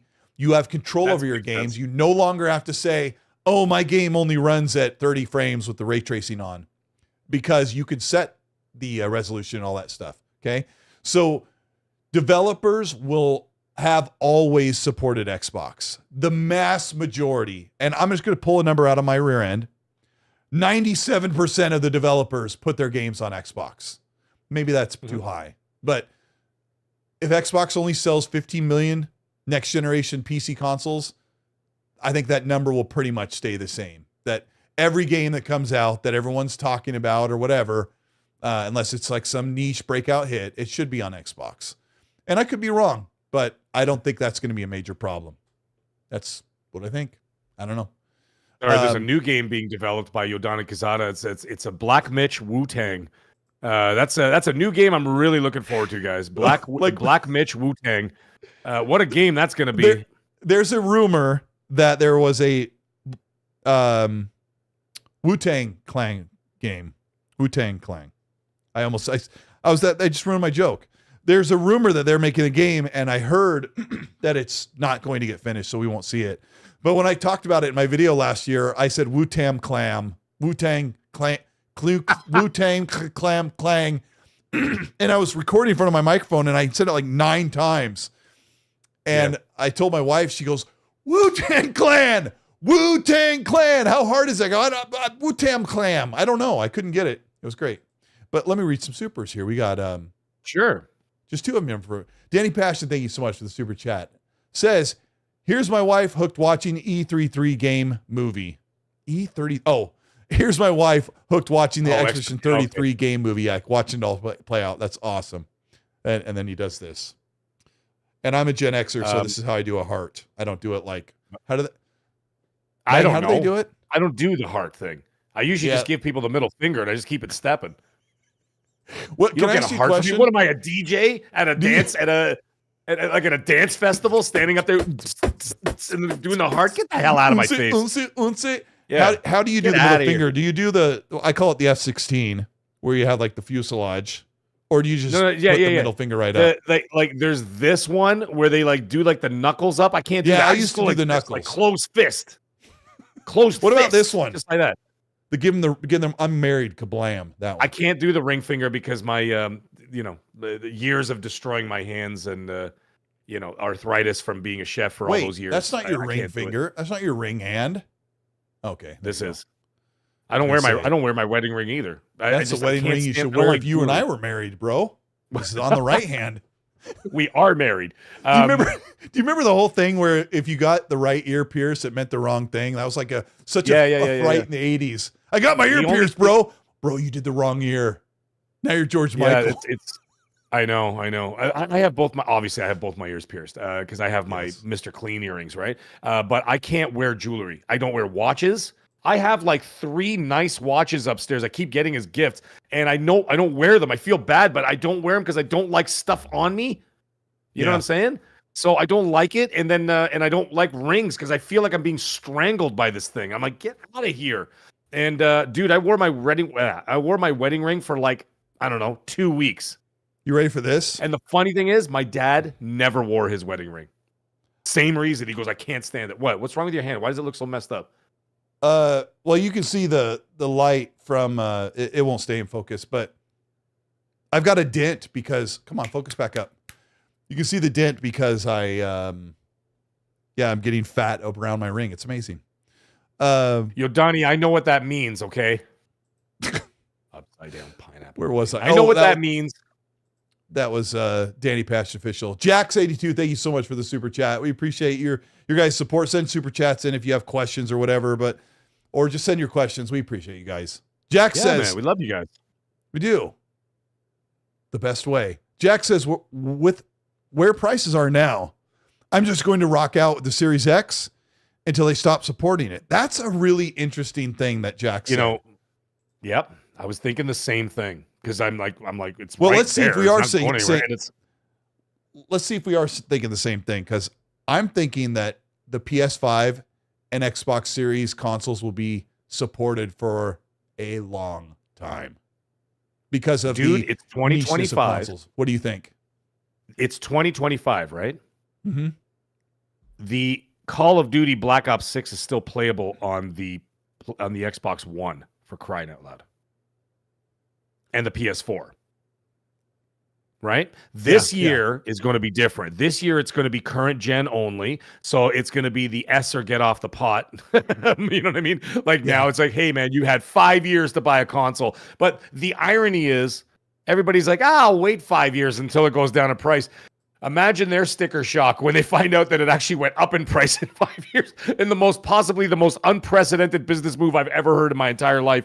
That these consoles are.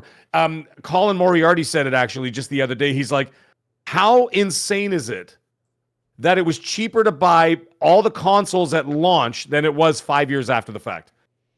Right. And he's not just talking about Xbox. He's talking about all of them. And I'm like, holy crap, he's right.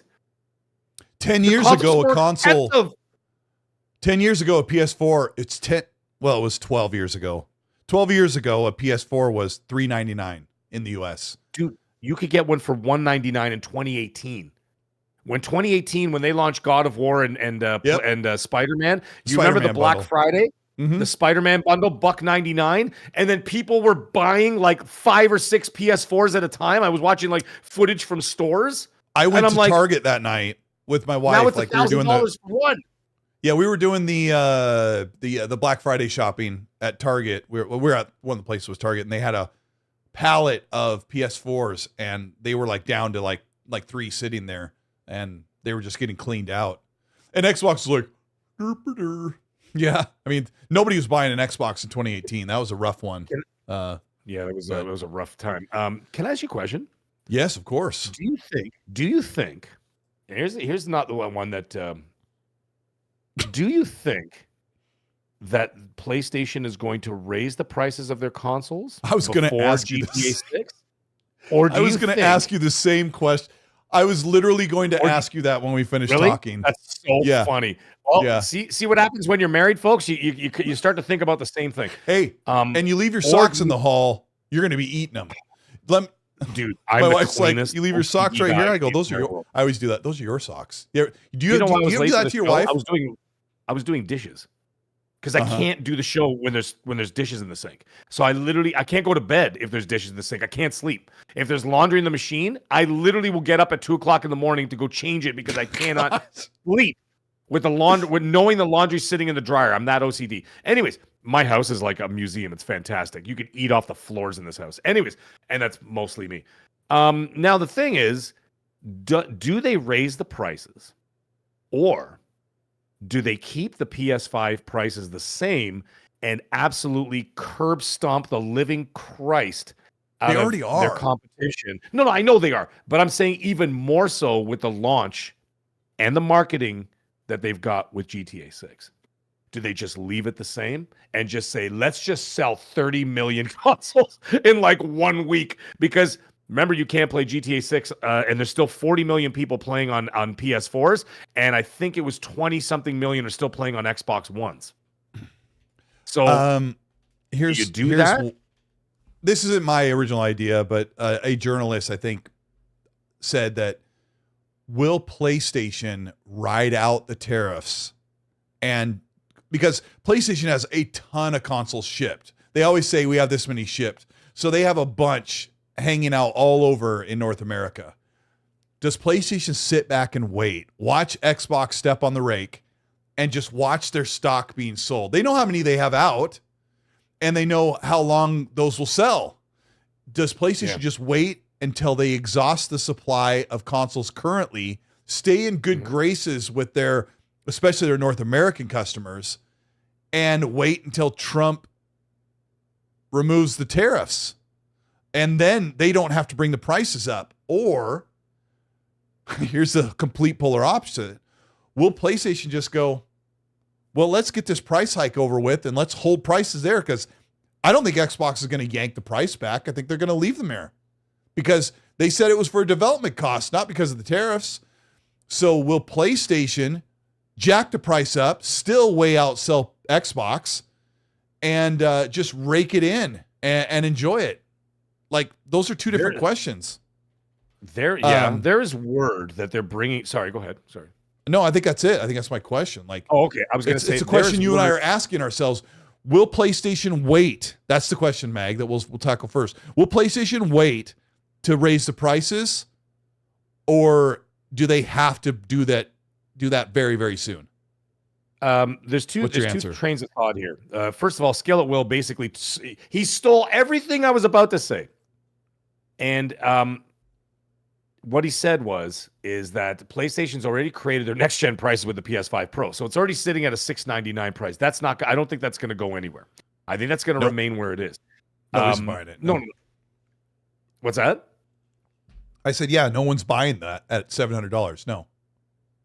No, I'm saying I think they're going to leave that as it is. So, yeah, I agree. But as for the other ones, I think that So what I'm thinking is what they're going to do is that, and someone else mentioned it. I can't remember. It was another show I was listening to. They're talking about how Sony was actually bringing a ton of hardware, because I know that Samsung was doing the same thing, and some other tech companies were just bringing boatloads of phones and consoles and all that stuff, and shipping it all off to the United States. It was iPhone. Right. And they said, and consoles ahead of time in the anticipation of that happening, and then start negotiating with other countries to move their production there, right, outside of China, and say, okay, well, we got Vietnam, which has a much lower tariff, I think 5%, 10% on a lot of their products, so it's almost nothing it's basically inconsequential.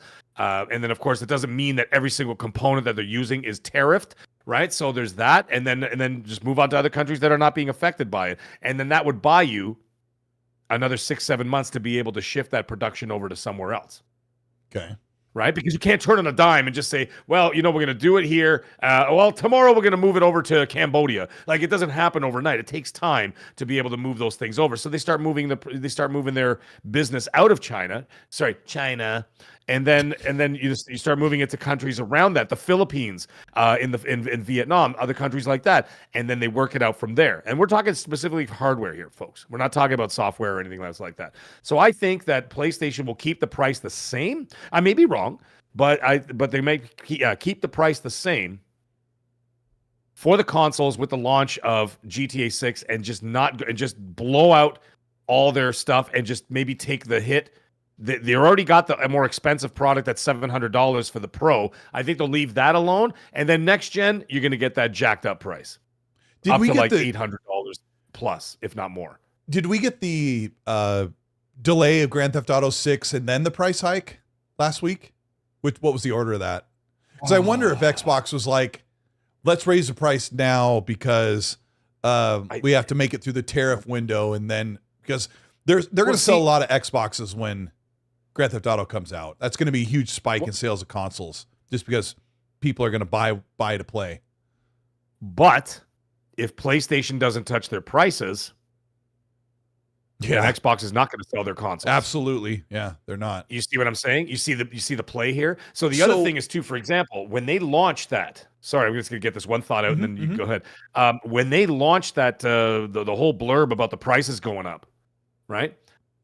17 minutes later, PlayStation put out an advertisement saying $449, you get Astrobot Game of the Year Edition console for $449. And they launched that on Twitter and on YouTube literally 17 minutes after Xbox announced the game and hardware hike.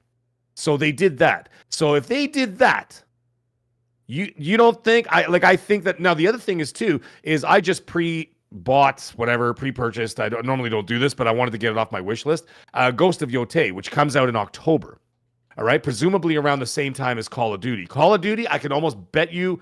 Bet the house on it that Call of Duty is going to be the first $80 game to come out. Yeah, it is. Microsoft that's publishing arm. Xbox so pretty much said it that 70. way. Yeah. Gaming Lifestyle says. Yep. I'm sorry. You better finish that, or else. No, I was just going to say. Presumably, once again, that Ghost of Yotei might be the final first-party game that they've got coming out for the rest of the year. Right? Coming out October 2nd, right? And then anything else that they would either have a marketing deal or whatever else. So that being the case, you can arguably say that their price hikes won't come until 2026 because I just bought it for $70. Yeah. Ghost of Yotei. So why even bother doing a price hike in those 4 months? Just take that, ride the wave of the GTA 6 wave, and then just carry on from there. And then a year later, you launch new consoles at a high price. You think that PlayStation won't do the price hike till the next generation starts? I think they'll do the games. I think they'll price hike the games to match everybody else because PlayStation are. Hey, let's not mince words here. They're scumbags too. Okay, everybody's a scumbag, but they're like they have a legendary status of scumbags. Microsoft just loves to like give you good news and 12 hours later they step on a rake. But they do. Sony still holds the. Sony still has the trophy, the World Cup trophy for scumbagism. So let's not think that they won't raise them. They will raise those games. So any games that come out after Yotei will be $80. Yeah, it's just interesting they haven't raised the price of the consoles in the States yet. That is your best testimony that PlayStation considers Xbox's console strong competition in North America. Gaming Lifestyle says that in the chat says that Game Pass only has 30-some million subscribers and it's not enough. Well, if you watch the financial report before they hiked prices, they said that they are up to $5 billion in revenue, which is not profit, but you know dang well that it does not cost them anywhere near $5 billion or $2 billion to run Game Pass. So they are pulling in so much money, even with Game Pass only being at 30-some million subscribers. So they're doing quite well and growing. Game Pass is up 45% on PC, which is a big growth. So I feel like a lot of people's perception of what they think is success is way, way off base. Xbox should not be raising the price of their console and their games when they're making a boatload off of services. xCloud is making them a bunch of money. Game Pass is making them $5 billion per year. They're making $1 billion per year off of making you pay to play online. They are raking in so much money. They do not need to be hiking prices as much as they're doing. It's absolutely ridiculous. And anybody defending it needs to think of yourself as a consumer and a gaming fan first before you start thinking about yourself as a armchair gaming analyst investor worrying about how much Yeah. money Xbox or how many subscribers they're doing. Think about you. Think about what your money means to you, because in 2025, it is undeniable that when you look at Xbox they have 10 first-party games. Let me grab this really quick, because Cloverl made this graphic. I can't show it to you, but I can read it to you. Avowed, South of Midnight, Oblivion, Doom: The Dark Ages, Tony Hawk 3 and 4, Gears Reloaded, Outer Worlds 2, and Ninja Gaiden 4. There's 8 games, plus they have Call of Duty, the next Call of Duty coming. There's 9, and there's one more that I can't say. There are 10 games from Xbox Game Studios. If you look at that and think, I want to play half of those, if you're not on Game Pass, you're spending way more money. And sure, you can own those. You can own those. That's fine. If you want to own those and that's important to you, absolutely own them. But think about you and your money first. And maybe the right thing for you to do is to play some of these games once, love the heck out of them, and never go back to them, and only play them for $20 instead of $80 or $70. And I want people to remember that. I don't want to hear people defending price hikes. I don't want to hear people saying Xbox is failing and dying just because one segment of their market. Xbox has put themselves, they're this wagon wheel. Forgive me for using that. And every spoke is integral to their growth. It just happens to be that PlayStation's wheel looks different from Xbox. The console for PlayStation is so important. It is the keystone to that wheel for them. And it is so important. If that spoke fell off, they would be in big trouble. They would die because they can't rely on just their sales on PC alone. But Xbox has been around for a little while. Yep. It's the It's the access to the store, and the only access they have to their store is through the hardware, is through the box, and that's why they've set up their model that way. And they're not a tech company in the same way that Microsoft is, where they offer services and software and services is their strong point. Sony's is the box is your access point to the PlayStation Store, and they need that. They need that box for people to go into the store and buy their products. So you're absolutely right. Now, the other thing is too, is I was agreeing with everything you were saying there. Actually, there was something else I wanted to get to in the chat in a moment, but no, I had no arguments about any of that. I was pretty much in agreement with everything you just said there. That it's almost like if you went to like the Ford dealership and you see the cars are $60,000, and all of a sudden the next day they raise it to 70, and then there's people online arguing as to why we should be paying 70, and I'm like, what? You would never see that. Like right now, a full-size pickup truck is $120,000 in the States. And you never see a Ford fanboy or a Chevy fanboy saying, well, I like to pay for quality. Like you only see it in the games business. It's weird because no, I know it's inconsequential. It's like $70 game or $80 game. It's not $100,000 or $80,000, but the mentality should still be the same. Sure, the mentality should be the same. It's certainly not inconsequential because a lot of people, money is tight. Situations are tight, and people are starting to make decisions. Right. And whether that means that they exclusively go to something like Game Pass before they hike the price again, which they will very shortly. And as soon as I get confirmation, I'll let people know when to expect it. But I haven't got confirmation, so I'm not going to say anything. But either way, that's going to come. But the thing is, if you can only afford Game Pass, then that gamer has to look at it and say, I'm missing out on all these PlayStation games, and I'm missing out on all these third-party games because I can't afford both, right? Yeah, so now you've got a situation where that's a lot of people. There's an argument out there, which I don't like, which a lot of people are like, well, Game Pass, I got Game Pass, I got Game Pass. I'm like, but you play nothing else? You play nothing else. You didn't play the 8 other third-party AAA bangers that came out this year. All you played was Game Pass. Most of the games I play are not in Game Pass. And so when people are like, have fun enjoying your games, have fun renting your games, have fun not owning your games, majority of the games I play are not in Game Pass. So I own all these games. I put up a poll in the chat just now. What percentage of your games, what's the closest percentage when you look back personally and kind of gauge what percentage of the 500 games you own? Let's say everybody owns 500 games because that's probably kind of close. This chat, absolutely, right? Out of those 500 games, what percentage of those do you go back and replay? And really think about it. And I'm not trying to tell you that you should rent your games, but when Mag says money's tight and you want to make good consumer decisions, like there might be a bunch of games that you, maybe something like the next Doom or Ninja Gaiden 4, you know you're going to play it once, and you're going to love it, you're going to talk about it for 2 weeks, and then you'll probably never replay it again. You should make a decision. That should not be an insult. It should not be an insult for someone to say, I played Ninja Gaiden 4 for $20 on Game Pass, loved every minute of it, and if I ever want to go back to it, and because if you replay games, you typically go back in 2 years or 6 years or something, you can go back and get that game for like $15 or $20. So if you rented it for $20 and then you decide you want to own it in 2028, you can do it dirt cheap. And maybe that's a good decision. No one should insult you for doing that. No one insulted people for walking into Blockbuster and renting their movies or their games, or GameFly is still a thing. There's like 300,000 people on GameFly, and no one's like making fun of those guys. Sorry, you were going to say something about people in the chat, Mag. No, I was just going to say, like for example, when you start adding up all those costs, like if you're like in like an actual gamer, like I mean actual gamer, I mean like a more hardcore, like the people that like we deal with on a daily basis and watch our channels and everything else. Yeah. Is that you're paying, let's say upwards, at least up here, $240. Well, no, down there, like $240 for Game Pass a year. $220 a year, right? Yeah. Oh, sorry, $220 a year. Yeah. Okay. So $220 a year. And if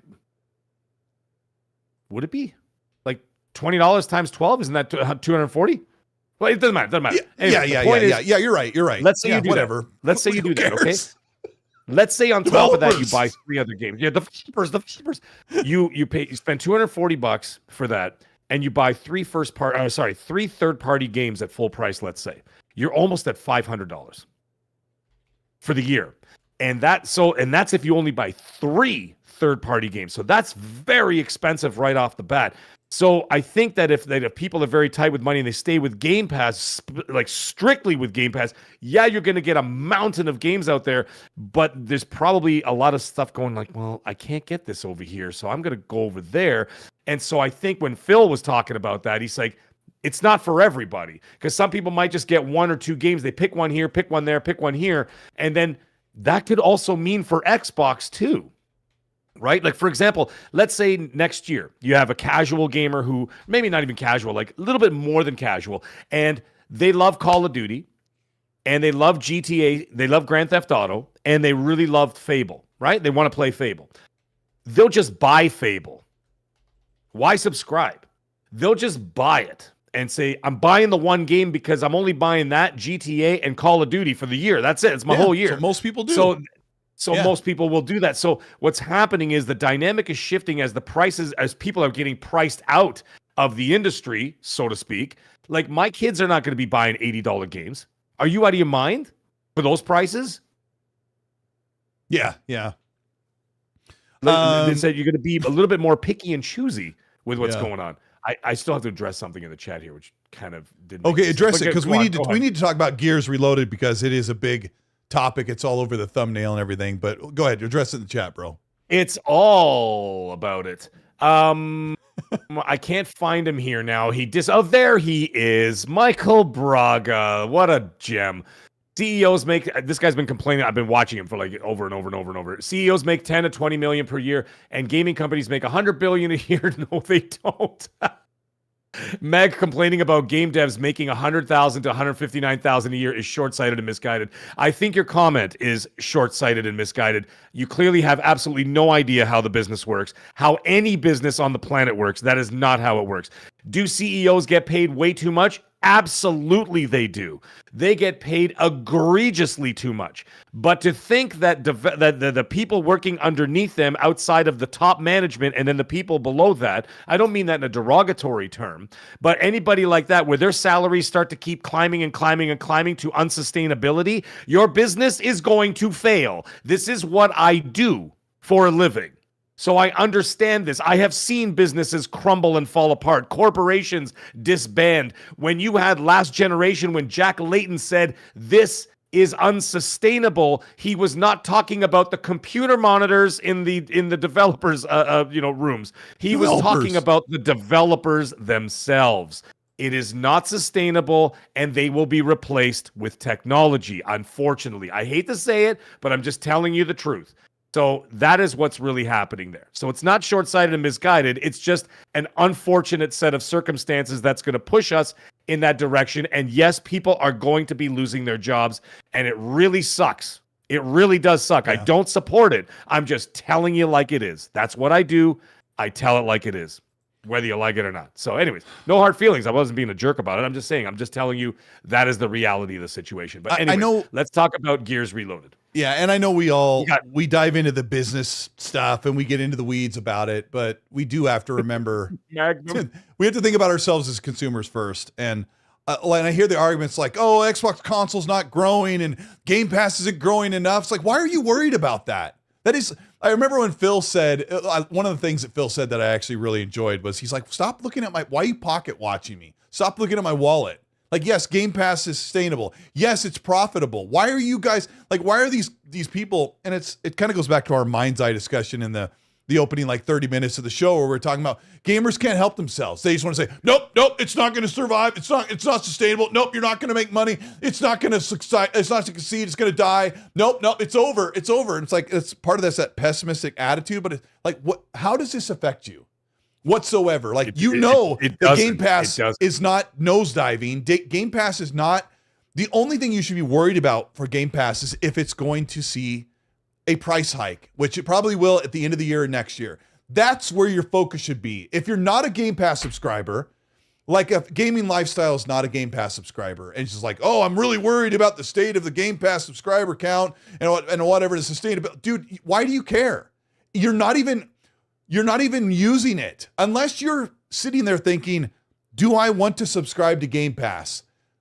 It does not matter if you think, and I love that Clobril said, it doesn't matter if LG4279 on Twitter says that Claire Expedition 33 was not successful because of Xbox, when the actual developer said it was successful because of Xbox and Game Pass. People always put their foot in where it does not belong. I'm going to end this rant by saying it doesn't matter if some guy thinks that Game Pass isn't making it. Xbox is making a ton of money. Worry about the value proposition. If you think that Game Pass doesn't offer the games you want to play, don't subscribe to it. I've been with it for years. And for years, it really sucked. And I was holding out, and we were complaining on this show, Mag, about the value of Game Pass and how they continually went every month and they weren't putting in big games from third party and their first party wasn't available. That's when you should speak up. Right now, Game Pass is incredibly amazing. There are so many great games. You've got 3 Game of the Year. You have 4 Game of the Year contenders on Game Pass this year. Depending on, I will definitely say, I didn't say nominees, they're contenders. Outer Worlds 2 is a contender. Blueprints is a contender. Claire Obscura 33 is a contender. And Doom the Dark Age is a contender. These games are all probably, they have the high possibility of being nominated for Game of the Year, and they're in Game Pass day and date. It's a really good service. I don't want to talk about it anymore because the next game that is basically shadow dropping is Gears Reloaded. And holy crap, we were so wrong about this. Special Nick reported about a Marcus Phoenix collection, which would bring Gears 1, 2, and 3 over to the PlayStation, PC for the first time ever, and the Xbox console, and possibly a port on the Switch too eventually. And then as weeks went on over the past couple of weeks, I started to report here that they were starting to say that maybe it was only just one game, that it was Gears 1. But the rumor was that Gears Ultimate was being remastered in Unreal Engine 5. Here's the information. Gears Reloaded is a slightly upgraded, up-res to 4K with a slightly improved lighting model in Unreal Engine 4, and it's coming to PlayStation, Xbox, and PC in August. And people are scratching their heads. I'm scratching what little bit of peach fuzz I have up here about how Gears 2 and Gears 3 are not available on PC. Where are they? Well, I'll tell you, it's probably the plan is for Xbox to put these out on these platforms, sell a ton of them, and then next year say, here's Gears 2. And then in 2027, here's Gears 3, and so on. Yes. Meg, you covered this in videos. We talked about it earlier in the show without overlapping some that you said. What additional things do you have to say about Gears Reloaded? Well, first things first, the game adaptation newscast has got breaking news in the chat. He said Mag is bald. So, ladies and gentlemen, in case you didn't know, by the way, I was giggling my ass off because while you were talking there, I had realized someone in the chat pointed it out. As a Canadian, as anybody who knows Canadian politics, there was the leader of the NDP party. His name was Jack Layton, and I said the PlayStation boss Jack Layton, and I realized, like, oh my god, I realized I said the wrong Layton. John Layton. Sean Layden, yeah.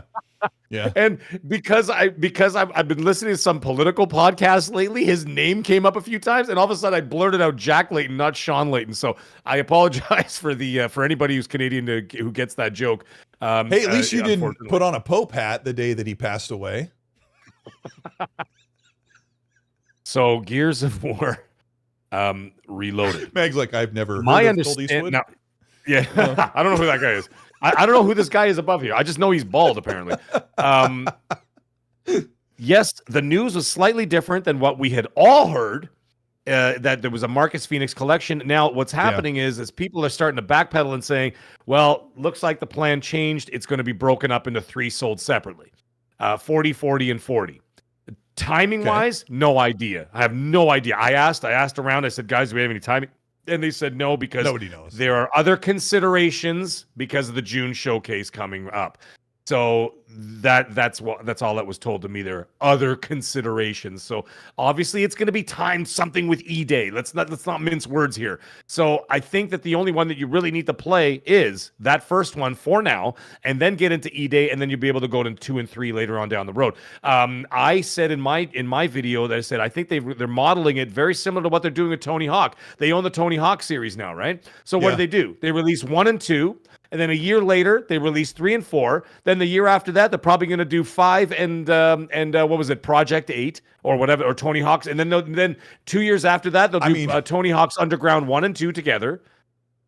I think they need to be picky about which Tony Hawk games they remaster. Like some of the other series Project will do 8 really was well. my favorite.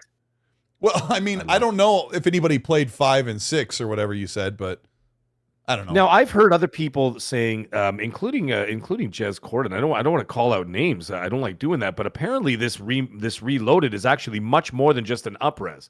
It was actually a ground up remake, is the actual word they used.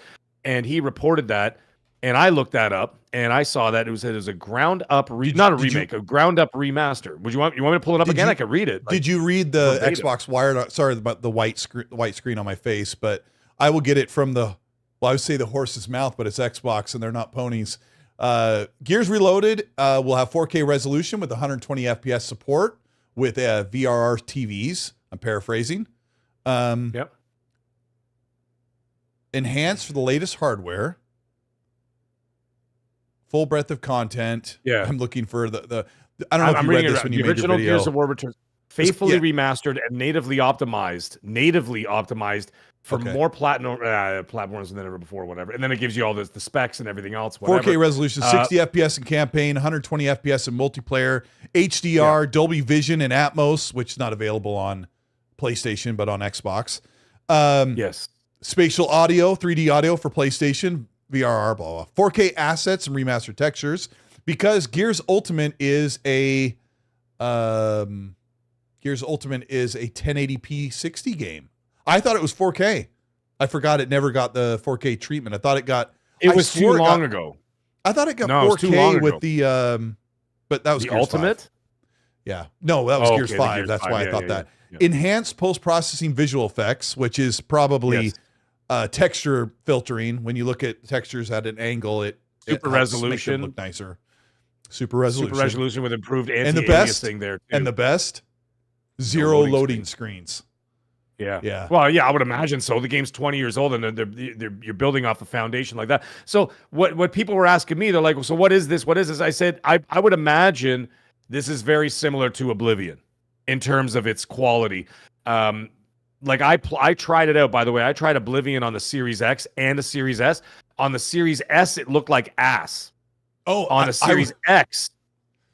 On the Series X, it looked magnificent. On PC, which I don't have the PC to play it, but I was like, bro, this looks really good on PC as well. So I'd imagine, yes, you in the front, the bald guy, yes. Can I go to the back? No. I've been playing it on PC, and I have a killer PC.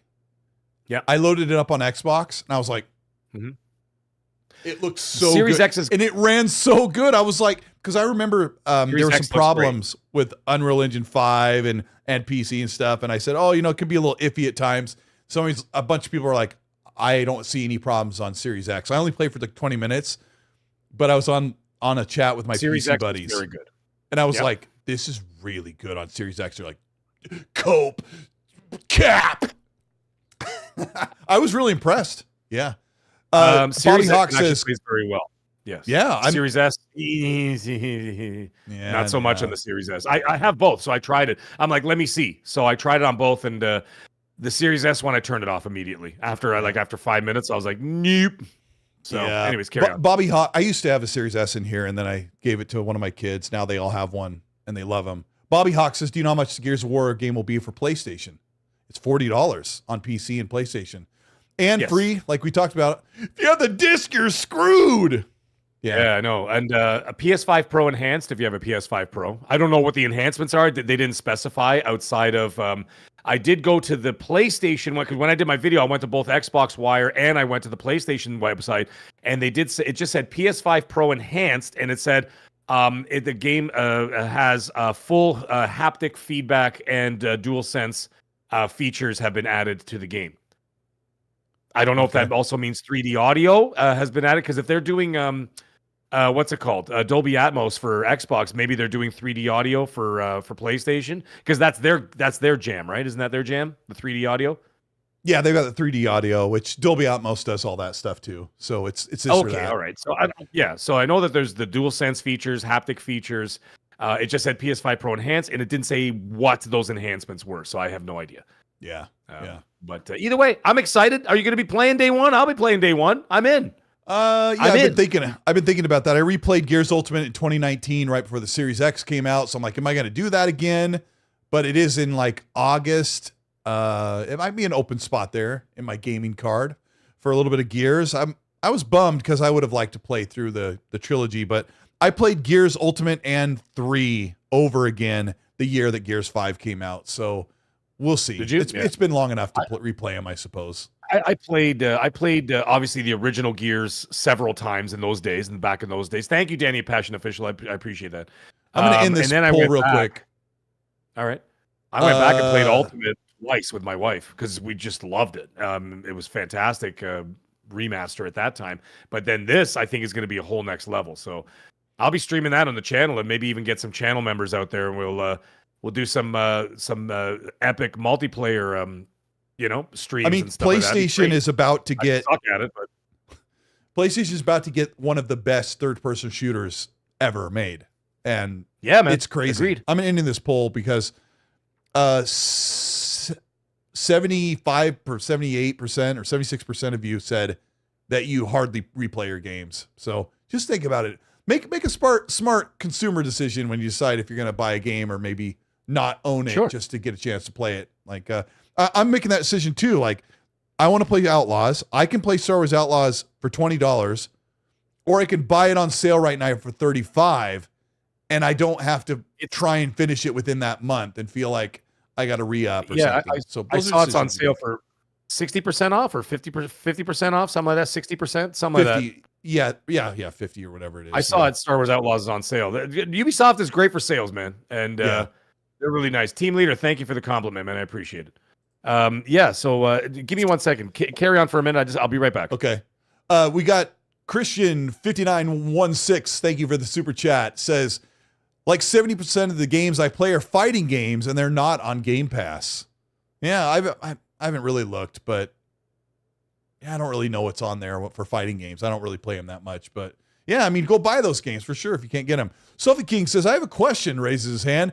If the next Xbox is a PC that plays your old Xbox library, does this mean the next gen Xbox will be playing the Series X version of GTA 6? No, probably not. I mean, I don't know. Like, if there isn't, the PC version would probably come out around the time that the next Xbox and PS6 come out. So I think you might have to, I don't know. Like I said, I think that Xbox is going to remove that constriction of a console-only port to ease development for their games. To say, look, you only need to give us the same thing that you do on Steam. You don't have to fine tune it for the console, because that's what takes so long for the porting. Just certify it with the support for achievements and all the other things that go along with Xbox Live. That's what I think they're going to do. I would really hope so. If Xbox doesn't get out of the rut of what they've been doing for the past 20 years, they're going to have big, big trouble. And I hope somebody over there is being bold and saying, we have to stretch further and we can't do the same thing over and over. It's literally insanity. Game Seeker, thank you so much for the super chat. Says, Mag is the Mark Cerny, the creator of PlayStation. Mag is Mark Cerny, the creator of PlayStation. Kind of. He kind of is. He literally creates the hardware that's underneath the PlayStation console, but he's also a developer because he created NAC 1 and 2, and he wants to make a third one. Please don't do it. Nobody wants it. But thank you for the super chat. I appreciate it. Let me see here. It's oh, I should have gone to this while you were gone. Sorry. I forgot because I'm not doing everything, all the buttons. I couldn't wait to the end of the show. I mean, I know the show's over, but like I had to pee so bad that like I'm like, I cannot wait till outros, man. It's got to happen right now. Oh, Yodani says he meant Mark Carney, who's the new Canadian Prime Minister. I saw his new. I saw the super chat.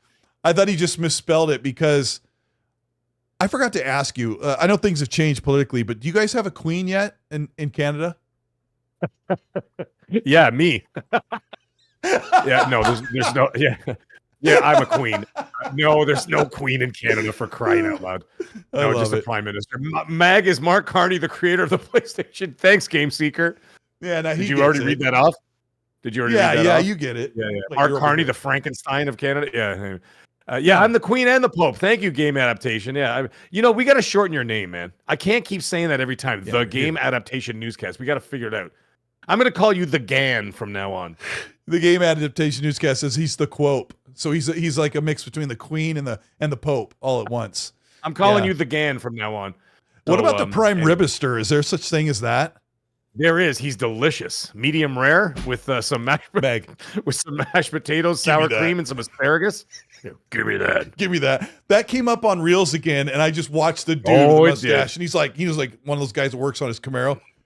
Give me that. Give me that. Have you tried the lasagna? It's my favorite. Yeah, there it is. Like hot fudge sundaes? There we go. All right. Probably popped up on the screen. Yeah. All right. Yeah, I love that. All right. Let me look at this real quick. We got. There you go, Danny. Thank you. One last thing. Okay. Oblivion Remastered was the number 3 top sold game in 2025 behind Assassin's Creed Shadows and I think Monster Hunter Wilds. I think that's the order. But Oblivion Remastered did amazing. And it didn't hinder Expedition 33, which is doing amazing with over 1 million players and selling really well. Like, gaming is really thriving. When some of my friends are like, we need to stop. We need a video game crash. I'm like, shut the crap up. Isn't it weird what quality gets you? Yeah, it's all it takes. You know what I mean? I know a lot of people. I know a lot of people say it, and hey, they have a right to say it. Everybody has an opinion. But they're like, the game industry's crashing. I'm like, well, they might crash like internally because, but not. I mean, what I mean by internally is that, like I said, they're literally pricing themselves out of a business in terms of how much they're paying themselves. But you know what? Other developers step in for way cheaper. I mean, look at you look at these other developers. Look at Expedition 33 made a masterpiece with 33 people or 34 people, however many it was, right? Yeah. You don't need 500 people getting paid $130,000, $130K USD a year to make that game. And they did it. So other people will step up. The game industry is not crashing. The game industry needs quality. And quality will always trump anything, no pun intended, will trump anything that's going on in the industry, right? $80 games, $70 games, $90 games, $40 games, $50 games, people getting paid too much, not getting paid enough, whatever, working 7 years to do one game. Quality is all that matters. Oblivion also has a huge following because a lot of people still play them on PC with the mods and everything else. The Elder Scrolls is a monster product and a monster title. And they've got the Elder Scrolls Online, which has a huge following, right? So you get Oblivion. That's not going to stop there. I also did a video. Go watch the video. where they talked about how Virtua Studios has already been approached by Bethesda as well, again, to do further projects for them. Yeah, I think my guess would be Morrowind or something like that. I think Skyrim's been done to death, so you got to go further back. Yeah, please, you got to do Skyrim eventually. Like, do Skyrim in like 10 years. But Virtual Studio is some 8,000 employees, so Microsoft's not going to buy them. That's not happening. I don't think Microsoft's going to buy anything at all anymore. They don't need to. But I would expect to see some of these legacy games finally make a return, and some of these remasters are going to kind of fill the gaps in between other stuff. But we don't need a AAA industry games crash. We don't need these companies to shut down or studios shut down. What we need is for the AAA games industry to look at their peers and say, how are you doing so much more with less? How are you doing that? And I think by example, Ubisoft and some of our other favorite developers that make some of our favorite franchises are going to kind of learn how to be more efficient and start listening to the taking the pulse of what's going on in the games industry. Because like Meg said, if Expedition 33 can do it with that many people, that these big studios can make miracles with 200 to 300 people.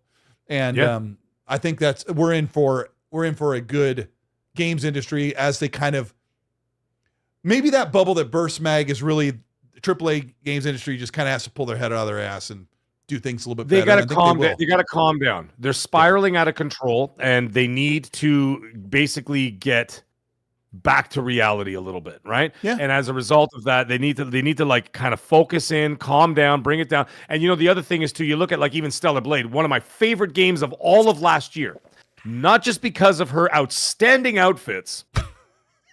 The game was really, really good. It was made by like, I don't know how many people. I'll find out. But it's it's like not even 100 people made that game, and that game was my one of my games of the year last year. I don't know if it was my absolute game of the year. So you know what I mean? It can be done. It's you know what? It's just yes. What's up? AAA games industry's not listening to our show right now, but if they were, listen to your talent, listen to your creatives. If you've got one or two people on the team that have this vision and they want to make this great game, stop sitting them in a conference room loaded full of stuffed shirts and telling them what studies say that people like. If somebody from your team comes to you and says, I have this idea, or if the Mass Effect team's like, we really need to capture the magic of the original trilogy. I want to rebottle that magic. Listen to that creative, let them do their thing. And I think that's the stuffed shirts, the by committee design is what's ruined the AAA games industry. And I know that I'm sure it's a problem at Ubisoft where a bunch of older people that don't know how to make games are telling the directors, the creatives, and the art directors what to do. Let them do their thing. I've worked in graphic design and production for 20 plus years at my regular job. I don't do YouTube as a real job. And there was a time when I had to tell my bosses and the committee of the committee, let us do our thing. It's not your job to decide how to market this product. Let us do it. Let us create something great. And then you can tell us if something looks like a phallic symbol and we'll fix it. Other than that, let us do our thing. And when they do, you come out with some really great product. And you're seeing it right now when the best games, the game of the year contenders are AA games. Split Fiction, right? It's amazing. Regardless of all of the whining we did tonight, Mag, the game industry is really good, and we are really enjoying some great games all the time. All the time. It's great. I have no complaints about the game industry. I'm enjoying the hell out of myself. And if there's something that I think is priced too high, guess what? I spoke to some people who reached out to me, and I'm like, guys, Star Wars Outlaws came out 8 months ago. You could buy it for 50, 60% off. And actually, those sales were going on during Christmas season. So 6 months later, what's the other one? Silent Hill I got for 50 or 60% off as well. I bought it for like $30 or $35, something like that, US. Right? Yeah. Same deal. All right, it came out in October. That's that's barely 6 months ago. So like, you just wait a little bit of time. Be frugal with your money. Play your backlogs. Enjoy what you've got. And if you have backlogs, that means that the games were good enough for you to purchase to begin with. Go and play those games. And then guess what? When you're done those games, the games that came out today will already be discounted 4 months later, 5 months later down the road. And spend your time with them. Enjoy them. I'm playing Dragon's Dogma 2 that came out last year. I just started. That's going to be another 100-hour journey. Right? I love that you had no idea. I put gameplay during the whole show that week. Yeah. And you had to set it, and I can't wait for you. Yeah. For your and I'm ready to play now. And I got it for cheap because I bought it on Black Friday. One last one. Like, this is a doozy, sure. Meg. Okay. Yep. Marathon. Borderlands 4. Yeah. Mm-hmm. Arc Raiders. Real quick. What is your prediction for those 3 games? Marathon, Borderlands 4, Arc Raiders. I'll do this in less than a minute. Arc Raiders is going to be I think it's going to be successful. Looks great. I think Marathon is going to flop, and Borderlands 4 is going to be huge, as always. Even the crappiest Borderlands, well, crappiest by people's association with the series, is Borderlands 3 still sold 16 million copies.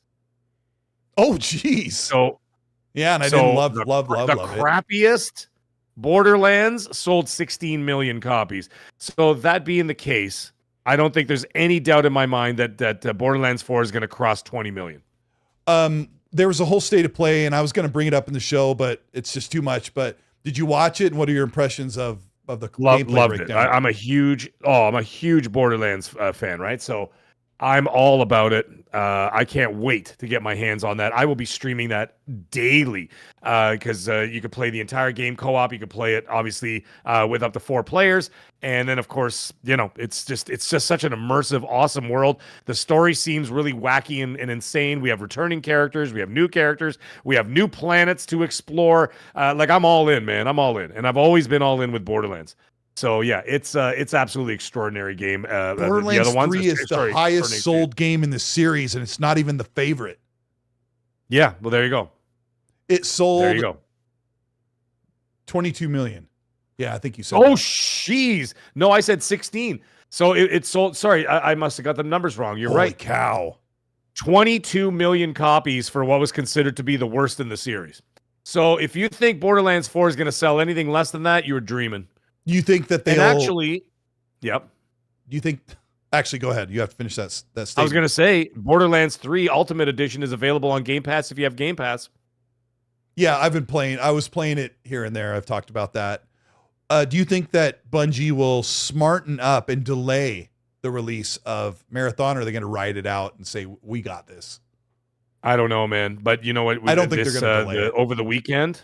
Over the weekend, this the Arc game, the what's it called? The beta was out. The Arc closed Raiders, beta. Yeah. Arc Raiders, sorry, because I keep thinking like Arc Survival for the wrong game. Arc Raiders. I applied for the closed beta and I was denied. I wasn't able to get in. I did it too late, so they said it was already full. But apparently it was amazing. Apparently the people playing it saying this game is legit. I've heard so much positive stuff. I'm sure there's far fewer people playing. Well, maybe not. I've heard so much positive stuff about Arc, but not for Marathon. And I don't know. Maybe Marathon and Bungie is one of those examples we talked about. Like, listen to your creatives, but they're kind of a scrappy team. They're a couple hundred people. So I don't know. We don't want Marathon to fail, because if Marathon fails, it's big trouble for Bungie. And I know they haven't been perfect. They've had their problems, and they've been a struggle for PlayStation. PlayStation's had to kind of deal with their stuff lately, but we need that to do well. But yeah, Borderlands 4 looks so fun. It's got the speeder bike you can bring up. We got Machine XP. Thank you so much for the super chat. Thank you guys so much for your support. We appreciate you. I've been going through a lot of changes. You guys are amazing. Thank you so much for all you do. Machine says, I'm still sadly waiting for achievements to be supported on PC Xbox app when it comes to EA and Ubisoft. It's genuinely very frustrating. Well, I mean, the Ubisoft stuff gives you achievements. If you play a game on Ubisoft or on Xbox, some of the achievements actually double up for you. I'm not sure about EA, but Xbox I'm not a needs PC to fix gamer, that so PC. I can't answer that. Yeah, Yeah, but I'm I hearing have the PC been. Xbox app is just not good. But I mean, I don't play it, so whatever. It's not my thing. Here's a joke I said last night. I used the controller on PC, and if you hit the Xbox button, the game bar will open up, and you have access to game, audio, party chat, your friends list, and everything. The new one on Windows 11, you hit the button, you can't maneuver. Like, I can't select anything. So Hargeet's like, oh yeah, you have to turn it on, and you have to turn on the game bar and turn it off and turn it back on, and then it lets you flick around and change stuff. And I'm like, that's literally like you tell Jerry or Janice at the office, you're like, hey Janice, when you bring up the game bar with the controller, you have to bring it up twice to actually navigate it and without using the mouse. Oh, can you fix that? Yeah, I'll do that by lunch. Like, it's literally something that someone should be able to sit down and finish in half a day. And it's just Xbox's attitude where they know they have these glaring, very small issues that just spread across the Xbox PC and the console with, game DVR and stuff. I'm like, why aren't you guys working on this? Please work on this stuff. Paris in the chat says, Colt, the problem is investors don't want to take risks. There is a lot of money for AAA unless it's safe. And that's a really good point. It's like everything, Hollywood, same thing. It's risk averse. They're risk averse because they don't want to piss off the investors. And then the corporation in turn goes risk averse because they don't want to piss off their customers. But the funny thing is, by going so risk averse, they are pissing everybody off. Because they're making games and movies and TV shows by committee. The only one who's not doing that is Taylor Sheridan, and that's why his shows are the #1 shows on the planet. Because he's doing his own thing. It's a luxury to be Claire Obscure, be Sandfall, and have 30 employees, which, is going to cost you a quarter of what it costs a big studio that has that many people, right? Even less, right? And so when they're like, we want to do a turn-based, grand. Yeah. And if they say we want to do a turn-based game set in a whimsical France, they can make that risk because it's far less money, and then it pays off. And I agree, Paris is so right that you can't break away from the norm. It could cost you millions and millions of dollars, but it's costing them millions anyways. Sometimes, I don't know. Sometimes it pays off. Like Assassin's Creed Shadows is really safe. And it's the 3rd best-selling game this year. So, anyway, yeah. Meg, tell everybody where they can find you. I missed your cat when you had him up on the screen because I was doing a rant. He jumped up. He wanted to see what was going on. Yeah, he wanted to see. He's one of my 2 Sphinx cats. I have 2 Sphinx cats. He's awesome. Gizmo's the one who comes up and he always. It usually happens like once every 2 or 3 podcasts where if I'm on there too long, he's just like, bro. So he'll like jump up and get on the mic and be like, let's go, man. He's like, he's got to come and pet me. Yeah. So he jumps up on me usually around this time. Yeah. And I can't do a 4-hour show. Like we're over 18 minutes and I am. No, some of us have to work, Rand. Can't be on here for 7 hours talking about, come on, man. We got things to do, Randall. He woke me up on Friday, my day off, and he's like, can you do me a favor? I'm like, yeah.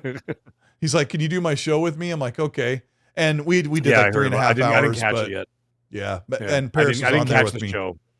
Yeah, I saw that. Yeah, I saw that. I just I put it on my watch later list, but I haven't got down that far yet. So it's on the list. But I haven't spoken to Rand in a long time. I got to talk to that guy. Yeah, he's a good dude. Anyways, all right. Tell everybody where they can find you. I've got your link in the description, and Happy Bomb and Yodani have put it in the chat. But tell them what you're up to and where they can find you.